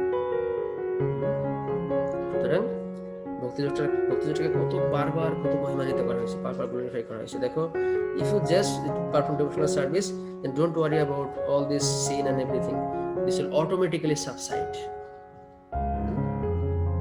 সেই বাকি জিনিসগুলো, বাকি যে পাপ যেগুলো, এবং কৃষ্ণ আমরা দেখবো লাস্টের দিকে ভগবত কৃষ্ণ বলছেন যে সর্বধর্ম পরিত্যাজ্য মামেকং শরণং ব্রজ অহংতাং সর্ব পাপে বিমোক্ষয়স্য মা শুচি। কৃষ্ণ বলছে আমার শরণাগত হও, then I will deliver you from all sinful reactions. Anyway, so এটা হচ্ছে আমাদের 15th অধ্যায়ের সামারি, যে ভগবান স্বয়ং, যেটা আমরা দেখলাম যে কৃষ্ণ হচ্ছেন বেদান্ত সূত্রের কথা, বেদের কথা দেখলাম, যে ভগবানকে জানাটা হচ্ছে জীবনের পরম উদ্দেশ্য। এবং এই অশ্বত্থ বৃক্ষের যে কথা, যেটা বলা হয়েছে, সেই অশ্বত্থ বৃক্ষের এটার আসলে এটা এত বিশাল, যেটার এরকম ভাবে শুরু শেষ করাটা মুশকিল, কিন্তু যদি কেউ ভক্তিযোগে অধিষ্ঠিত হয় তাহলে সে ধীরে ধীরে ধীরে ধীরে উপরের দিকে উঠতে উঠতে সে ওই মানে জড়জগৎ ভেদ করে সে চিন্ময় জগতে যাওয়ার মতো সে যোগ্যতা অর্জন করতে পারে। ঠিক আছে, সো এটা হচ্ছে ব্যাপার। Hare Krishna, thank you so much. তাহলে আমরা একটু কোয়েশ্চেনটা নিয়ে আসি। অনেকগুলো একটা কোয়েশ্চেন ছিল, কোয়েশ্চেনটা আমরা দিয়ে শুরু করি। আচ্ছা, কোয়েশ্চেনটা একটু আবার রিপিট করলে আমার একটু সুবিধা হবে। কোয়েশ্চেনটা মানে কিরকম ছিল? কোশ্চেন ছিল যে আর কি পৃথিবী থেকে কেন শুধু আর কি গোলক ধামে গোলক বৃন্দাবনে যাওয়া যায়, আর কি অন্যান্য উচ্চতর লোক থেকে কেন যাওয়া যায় না? Right right. এটা আসলে মানে এটা হচ্ছে মানে একটা মানে রিয়েল এক্সাম্পল। সেটা হচ্ছে সেই এক্সাম্পলটা হচ্ছে সনাতন গোস্বামীর একটা গ্রন্থ আছে, সেই গ্রন্থের নাম হচ্ছে কি? সেই গ্রন্থের নাম হচ্ছে বৃহৎ ভাগবত অমৃত। ঠিক আছে, সো এই বৃহৎ ভাগবত অমৃতে এখানে একজন শুদ্ধ ভক্তর নাম হচ্ছে গোপকুমার। ঠিক আছে, সেই গোপকুমারের কথা মানে সেই গোপকুমার এক্সাম্পল দিয়ে আসলে বোঝানো হয়েছে আসলে কেন এই মানে এই এই পৃথিবী হচ্ছে কি মানে একমাত্র জায়গা যেখান থেকে উপরের দিকে অথবা নিচের দিকে যাওয়া যায়। ঠিক আছে, আচ্ছা এক মিনিট। ওকে, সো আমি যেটা বললাম আর কি, যে যেমন যেমন যেমন যদি আমি চিন্তা করি একটা 14th স্টোরি বিল্ডিং আছে। ঠিক আছে, একটা বিল্ডিং এর কয়টা মানে মোট কয়টা তলা আছে? 14টা তলা আছে। এর মধ্যে কি এর মধ্যে 7টা তলা হচ্ছে নিচে, 7 তলা হচ্ছে নিচে মানে মাটির নিচে, মাঝখানে একদম মানে মাটির সাথে মানে যেটা লেভেলে সেটা হচ্ছে একটা, আর তার উপর হচ্ছে আরো 6টা। আমি এভাবে যদি বলি, যদি কেউ একটা 20 তলা বিল্ডিং এ যায়, ঠিক আছে, সে যদি নামতে সে যদি আমি এখান থেকে নামবো, তাহলে সে কি করে? সে লিফটে যায়, গিয়ে সে গ্রাউন্ড ফ্লোরে ক্লিক করে, তারপর সে নিচে আসে, তাই তো? বা বললাম যে কেউ বেসমেন্টে যাবে, তাহলে তাকে প্রথম কি করতে হবে? প্রথমে তাকে গ্রাউন্ড ফ্লোরে যেতে হবে, গ্রাউন্ড ফ্লোর থেকে আবার নিচের দিকে যেতে হবে। সো পয়েন্ট যেটা সেটা হচ্ছে কি, সেটা হচ্ছে যে এই পৃথিবী মানে শুধুমাত্র আসলে পৃথিবীর ক্ষেত্রেই না, আমি বলবো যে মানুষের শরীর যেটা, ঠিক আছে, মানব শরীর, কারণ হচ্ছে এই হিউম্যান রে হচ্ছে কি একমাত্র they can go beyond or go below. বুঝতে পারছি? এই হিউম্যান ফর্ম অফ লাইফটা সেজন্য এটা সব থেকে রেয়ার, সেজন্য সব থেকে রেয়ার, কারণ হচ্ছে আমরা এই হিউম্যান ফর্ম অফ লাইফটাকে ইউটিলাইজ করে either we can go up or we can go down. ঠিক আছে, আর আর যেটা বললাম যে আসলে এই গোলক বৃন্দাবনে যাওয়ার জন্য, ঠিক আছে, এই হিউম্যান মানে পৃথিবী থেকে কেন, কারণ সেটা যেটা বললাম এই প্রসঙ্গে ওই যে গোপকুমারের একটা এরকম সুন্দর একটা ঘটনা দেওয়া আছে এরকম ভাবে। মানে এই গ্রন্থের হচ্ছে দুইটা পার্ট। মানে প্রথম পার্টটা হচ্ছে নারদ মুনি ইনকোয়ারি করে যে যে সবথেকে কে শ্রেষ্ঠ ভক্ত, আর সেকেন্ড পার্টটা হচ্ছে কি গোপকুমারের জার্নি টু ভগবত ধাম। এবং কি হয়, এবং গোপকুমার সে একটা যেমন সে প্রথমে পৃথিবী থেকে ভুব স্বর্গ মহ জন তপ সত্যলোক পর্যন্ত যায়, সেখান থেকে সে ভেদ করে সে ব্রহ্মজ্যোতিতে যায়, সেখান থেকে সে বৈকুণ্ঠে যায়, কিন্তু বৈকুণ্ঠে যাওয়ার পরেও হি ওয়াজ নট হ্যাপি। তখন তাকে নারদ মুনি বলে, দেখো, you again have to go back to the earth and you have to perform sankirtan, যে কোনো কিছু না, you have to perform the chanting Hare Krishna mahamantra. only then you will be able to qualify to go to গোলক বৃন্দাবন। ঠিক আছে, so আমি যেটা বললাম যে এই 14টা ভুবনের মধ্যে মানে এই যে 14টা ভুবন, যে 14th স্টোরি বিল্ডিং, তার মধ্যে গ্রাউন্ড ফ্লোর হচ্ছে কি পৃথিবী। So either you want to go up or you want to go down, you have to go to the ground floor first. Can you go to the second floor immediately? অনেক প্রভু, you have to first go to the first floor, মানে ground floor, then you can choose to go up or to go down. Make sense? That's great. ও আরেকটা question তাহলে, আরেকটা question হচ্ছে তাহলে আর কি শুধু তাহলে অন্যান্য আর কি জীব শরীর কি আর কি বলবো স্থিত নাকি আর কি কি বলবো স্টেবল আর কি ওইখান থেকে আর আপ বা ডাউন এরকম হয় না? এরকম না, জিনিস আসলে এরকম না। সেটা হচ্ছে যে অন্যান্য যতগুলো মানে যদি বলি যে যদি কোনো প্রাণী থাকে, ঠিক আছে, কথার কথা, ওদের ক্ষেত্রে কি হয়, যেমন যেমন ধরেন কারো কারো একটা ব্যাংকে ব্যালেন্স আছে, ধরলাম 5 লক্ষ টাকা আছে, ঠিক আছে, তাহলে এত টাকা যেহেতু সে আছে, তাহলে সেক্ষেত্রে কি হবে, সে সেক্ষেত্রে আর ভালো সুবিধা ভোগ করতে পারলো, সে চাইলে হোটেলে গিয়ে থাকলো আর আরাম করে থাকতে পারলো, ব্যালেন্স শেষ, again have to come to this same level, zero. কারো দেখা যাচ্ছে যে খুব খারাপ কাজ সে ধারটা করছে, তাহলে তাহলে সেক্ষেত্রে কি হবে, তাকে শাস্তি পেতে হবে সেজন্য। Once the punishment is over, তাহলে কি হবে, আবার অ্যাগেইন জিরো। বুঝতে পারছে? সো কি হবে ব্যাপারটা, এই একমাত্র মানুষ হচ্ছে এই যে কর্মফল, এইটা ব্যালেন্স হবে, পজিটিভ ব্যালেন্স, নেগেটিভ ব্যালেন্স। আর ওই বাকিটা হচ্ছে, বাকি যেমন একটা পশু, নেগেটিভ ব্যালেন্স হলে পশু হয়ে গেছে, ব্যালেন্স জিরো হলে সে আবার সে আগের অবস্থায় ফেরত আসবে, এরকম। বুঝতে পারছি? তার মানে কি, মানুষই শুধুমাত্র ব্যালেন্স করতে পারে, মানে ব্যালেন্স মানে কি, সে ওই রকম ভাবে তার ক্রেডিট জমা হইতে পারে, অ্যাসেট। আর বাকিগুলো তারা হচ্ছে শুধু ভোগ করে, এটা ফল ভোগ করে, দ্যাটস ইট। বুঝতে পারছি? যেমন কেউ টাকা পেলে কি হবে, সে স্বর্গে গেল, টাকা শেষ, স্বর্গ থেকে ফেরত আসলো।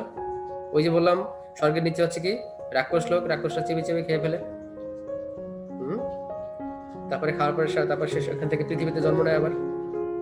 তাও যদি ভাগ্যক্রম হয়, তাহলে সে হয়তো মানুষ হবে। আমরা এটা বলছিলাম গত ক্লাসে। আবার কেউ যদি খুব খারাপ কাজ করে, তাহলে কি হবে, সে পশুজনী প্রাপ্ত হবে, তার ব্যালেন্স তো নেগেটিভ। তার ব্যালেন্স নেগেটিভ, তাকে আগে তো ব্যালেন্সটাকে শোধ করাইতে হবে, তো সেজন্য শাস্তি পেতে হবে তাকে। সেজন্য বলি সুখ দুঃখ জড়জগতে, ঠিক আছে। So once it's finished, then he again become zero. Zero means আগে কন্ডিশনে ফেরত আসবে সে, এরকম আর কি। সো এইভাবে, বুঝতে পারছি? গ্রেট। Any more question?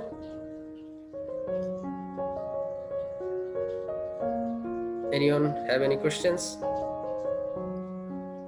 আচ্ছা, যদি না থাকে তাহলে আমরা একটু সংক্ষেপে ক্লাসটা একটু ডিসকাস করি। আমরা ক্লাসে কি কি জিনিস শিখলাম আজকে, সেটা আমরা করে আজকে আমরা শেষ করে দিব আর কি, ঠিক আছে?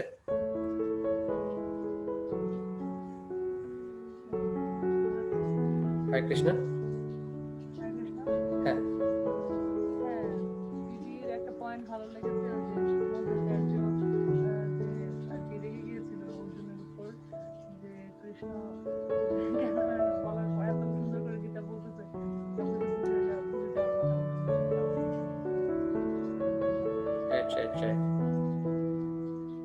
হরে কৃষ্ণ। হরে কৃষ্ণ।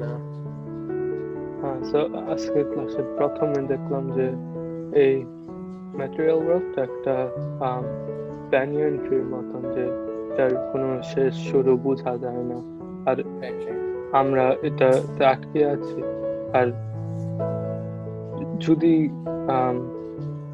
কৃষ্ণকে না জানতে পারি, তাহলে জাস্ট এক ব্রাঞ্চ থেকে আরেক ব্রাঞ্চে যাব, কোনো এটার শেষ হবে না। আর বের হতে হলে আমাদেরকে কৃষ্ণকে জানতে হবে, এটাই উপায়। আর ওই যেটা বললাম, এক ব্রাঞ্চ থেকে অন্য ব্রাঞ্চ, সেটা হচ্ছে কি, মানে এটা হলো ট্রান্সমাইগ্রেশন।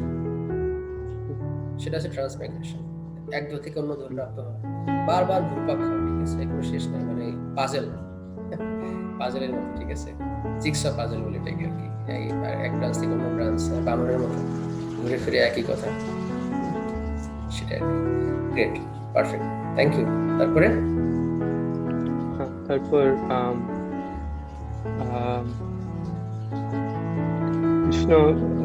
কৃষ্ণ বিভিন্ন এনার্জির কথা বললো, যে যেমন কৃষ্ণ হলো গিয়ে সূর্যের আলো, আবার আমাদের যে আমরা যখন খাই ওই ডাইজেশনের ফায়ারটা কৃষ্ণ, এটা বুঝালো। তো এত বিভিন্ন এনার্জি কৃষ্ণ, তাও মানুষ এটা বুঝতে পারে না। তারপরে যেটা আমি বললাম, সেটা হচ্ছে যে হ্যাঁ, এখানে একটা ইন্টারেস্টিং ব্যাপার আছে, এখানে একটা আমাদের শিক্ষা আছে। যেমন যদি কোনো একটা আগুন থাকে, আগুনটাকে মানে আগুনটা যখন প্রজ্বলিত হয়, তখন সেখানে কি আমাদের সেখানে কি জল দেওয়া উচিত? আগুনের মধ্যে জল দেওয়া উচিত না। সেই জন্য এখানে একটা আমাদের গুরুত্বপূর্ণ শিক্ষা আছে, সেটা হচ্ছে আমরা যখন কোনো কিছু খাওয়া দাওয়া করি, কোনো কিছু আমরা যখন খাই, তখন এই জঠরাগ্নিটা অ্যাক্টিভেট হয়। এখন যদি কেউ খাওয়ার পরে যদি জল খায়, ঠিক আছে, খাওয়া শেষ, সাথে সাথে সে 2-3 গ্লাস জল খেয়ে ফেললো, এতে কি আগুনটা কি প্রজ্বলিত হবে নাকি আগুনটা নিভে যাবে? আগুনটা নিভে যাবে, এবং এতে ডাইজেশন ভালো হয় না। সেজন্য কি করে, সেজন্য প্রসাদ পাওয়ার ইমিডিয়েট পরে you should never drink water, at least half an hour later. বুঝতে পারছি? কারণ খেলাম, আমাদের ডাইজেস্টিভ সিস্টেম অ্যাক্টিভেট হলো, কারণ এটা হজম করতে হবে। এখন খাওয়ার পরে জল খেলাম কতগুলো, তাহলে কি হলো? আগুন এবং জল মিশে বাষ্প হয়ে গেল, মানে কিছু আগুন নিভে গেল, এক্সটিংগুইশ হয়ে গেল ফায়ার, এবং এতে আমাদের পরিপাক ভালো হয় না। এতে হচ্ছে আমাদের তখন ডাইজেশন অনেক প্রবলেম, অনেকের অ্যাসিডিটি হয়, অনেকের খাওয়া ঠিক মতো হজম হয় না, বিভিন্ন ধরনের সমস্যা তৈরি। সেই জন্য কখনোই প্রসাদ পাওয়ার অ্যাটলিস্ট আধা ঘন্টার মধ্যে জল খাওয়া উচিত না। অল্প একটু খাওয়া যেতে পারে, just a sip of water, just to clean the mouth, but not like 2-3 glass of water at one shot, no. বুঝতে পারছি? মানে এটা কিন্তু এখান থেকে আমাদের শিক্ষা, কারণ যেহেতু আগুনের মধ্যে জল দেওয়া উচিত না।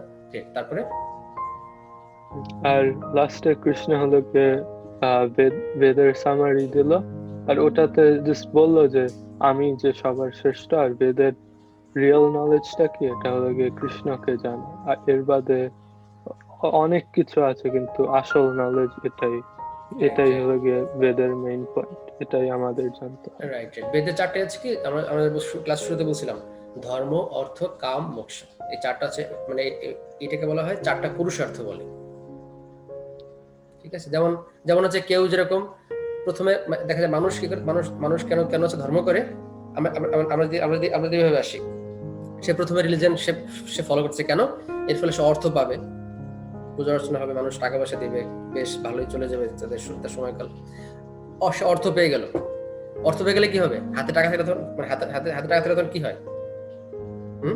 যেমন কার হাতে বন্দুক আছে, তখন তার চোখ কোন দিকে যায়, কে বলতে পারবে? হ্যাঁ, তখন সে দেখে কোথায় পশু গেছে, মায়ের এটাকে কোনো কিছু করা যায় কিনা। হাতে বন্ধু থাকার মানে হচ্ছে যে, হাতে বন্ধু থাকলে, আমি এরকম পড়ছিলাম ছোটবেলায়, হাতে বন্ধু থাকলে চোখ যায় নিরীহ পশু পাখির উপরে, কারণ এই যে একটু গুলি করে ঠুস করে উড়ে দিয়ে দেবো।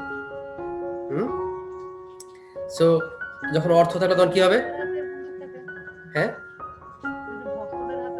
না, ওটা তো ভক্তদের ক্ষেত্রে না, এটা তো হচ্ছে যে যারা সাধারণত সকলের ক্ষেত্রে বলা হচ্ছে। সো ঠিক আছে, অর্থ হলে তাহলে কি হবে? অর্থ হলে কি হবে? টাকা পয়সা হাতে আসে, এখন কি হবে? টাকা পয়সা তো আছে, এখন একটু এনজয় করেই দেখি, তাই তো, আমার তো এটা দরকার, ওটা দরকার, তখন বিভিন্ন কিছু পাওয়ার বাসনা জন্মায়।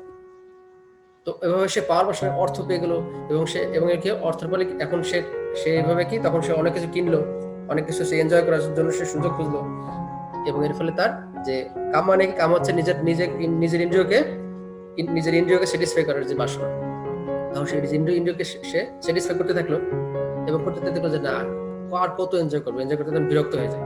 সেটা আমরা দেখতে পাই, পাশ্চাত্যে কি হয়, মানুষের এত ধন সম্পদ, এত টাকা পয়সা, তারপর মানুষ হি ইজ নট স্যাটিসফাইড। আমরা দেখি কিনা এরকম পাশ্চাত্যে বেশি, যে প্রচুর, মানে অনেক, মানে সম্পত্তির মালিক বা অনেক ধন সম্পদ আছে, but still they are not happy.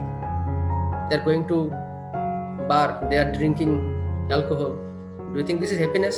Because they just got tired about everything. যেমন আমরা দেখি বলিউডে কি অনেকে আত্মহত্যা করে, তাই তো, কারণ they are frustrated. Look, আমরা দেখতে পাচ্ছি যে বলিউডে এরকম অনেক নায়ক নায়িকা, তারা কি তারা আত্মহত্যা করছে কেন? Like, do you think they don't have money? They have money, but they are not satisfied. They are not satisfied. বুঝতে পারছি? সো কি হলো তাহলে, কি এইভাবে যখন সে ধর্ম হলো, অর্থ হলো, সে এইভাবে নিজের ইন্দ্রিয় প্রতিত্ব করলো, তারপরে হি ইজ নট স্যাটিসফাইড। তখন চিন্তা করে যে আমার তো সবকিছু মানে পাইলাম, but still I am not satisfied, let's go to moksha, liberation. এইভাবে 4টা পুরুষার্থ হয়। ধর্মটা হয়ে গেলে অর্থটা পেয়ে গেল, তখন সে বাসনা প্রতিত্ব করতে চায়, কাম, তারপরে কি সে দেখলো যে না, I cannot be satisfied, let's go to liberation, তারপর সে মোক্ষের দিকে যায়। কিন্তু এই 4টা পুরুষার্থের বাইরে একটা, সেটা হচ্ছে কি, সেটাকে বলে পঞ্চম পুরুষার্থ, সেটা হচ্ছে ভগবত প্রেম। পঞ্চম পুরুষার্থ বলে এটাকে। বুঝতে পারছি? Great, thank you. তারপরে এটাই ছিল। Thank you so much. Hare Krishna. আচ্ছা, তারপরে তুমি বলো আসলে। অনেকগুলো জিনিস ভালো লাগলো, যেমন আর কি মৃত্যুর সময় আর কি সূক্ষ্মদেহ আর কি আত্মার সঙ্গে চলে যায়, এই জিনিসটা আর কি জানতাম না। হ্যাঁ, এরপর এরপর হচ্ছে হৃদয়ের দুর্বলতা আর কি জড়জগতের উপর আধিপত্য করার একটা আর 2 নাম্বার, আর প্রথমটা হচ্ছে জড়জগতের উপর প্রভুত্ব করার যে অভিলাষ, ইচ্ছা, ওইটা। এরপর আর কি এই যে আমার কোশ্চেনের অ্যান্সার দিলেন আর কি, পৃথিবী থেকে কেন বা মনুষ্য দেহ থেকে কেন শুধুমাত্র ভগবত ধামে যাওয়া যায়, এটা প্রভু, এইগুলা অনেক সুন্দর। আর প্রভু এই যে বৃহৎ ভাগবত অমৃত, এটা কার লেখা বলেন প্রভু? কার হচ্ছে? আমাদের সর্বস্বের মধ্যে যিনি যিনি হচ্ছেন সে সনাতন গোস্বামী আর কি। সনাতন গোস্বামী হচ্ছে এই গ্রন্থটা উনি কম্পাইল করছেন আর কি। উনি এবং উনি এখানে দেখাইছেন যে ভক্তির স্টেজগুলো দেখাইছেন। সেটা হচ্ছে যে মানে সুপেরিয়রিটি, ঠিক আছে, দেখা যায় শুরুতে কে, তারপরে কে, তারপরে কিভাবে সব থেকে হাইয়েস্ট ভক্তকে শ্রীমতী রাধারানী, ঠিক আছে। ওইটা আমরা যদি সুযোগ থাকে অন্য একটা ক্লাসে ডিসকাস করতে পারি। আর যেটা বললাম যে এটা ফার্স্ট পার্ট হচ্ছে নারদ মুনির এনকোয়ারি, কে সবচেয়ে ভালো ভক্ত, যেটা বললাম। আর সেকেন্ড পার্ট হচ্ছে কি গোপকুমারের জার্নি ভগবত ধাম। এটা খুবই চমৎকার একটা গ্রন্থ, এবং এই গ্রন্থে this is the summary of the, I'll say, Bhagavatam. This is the summary of all the Vedic literature. কারণ আমাদের অন্তিম লক্ষ্য কি ভগবত ধামে যাওয়া, তাই তো, বা ভগবানের সেবায় যুক্ত হওয়া। সো এটা একদম মানে প্র্যাকটিক্যাল এক্সপ্লানেশন। আচ্ছা, গ্রেট। তারপরে বাঞ্ছাকল্পতরুভ্যশ্চ কৃপা সিন্ধুভ্যেব চ পতিতানাং পাবনেভ্যো বৈষ্ণবেভ্যো নমো নমঃ।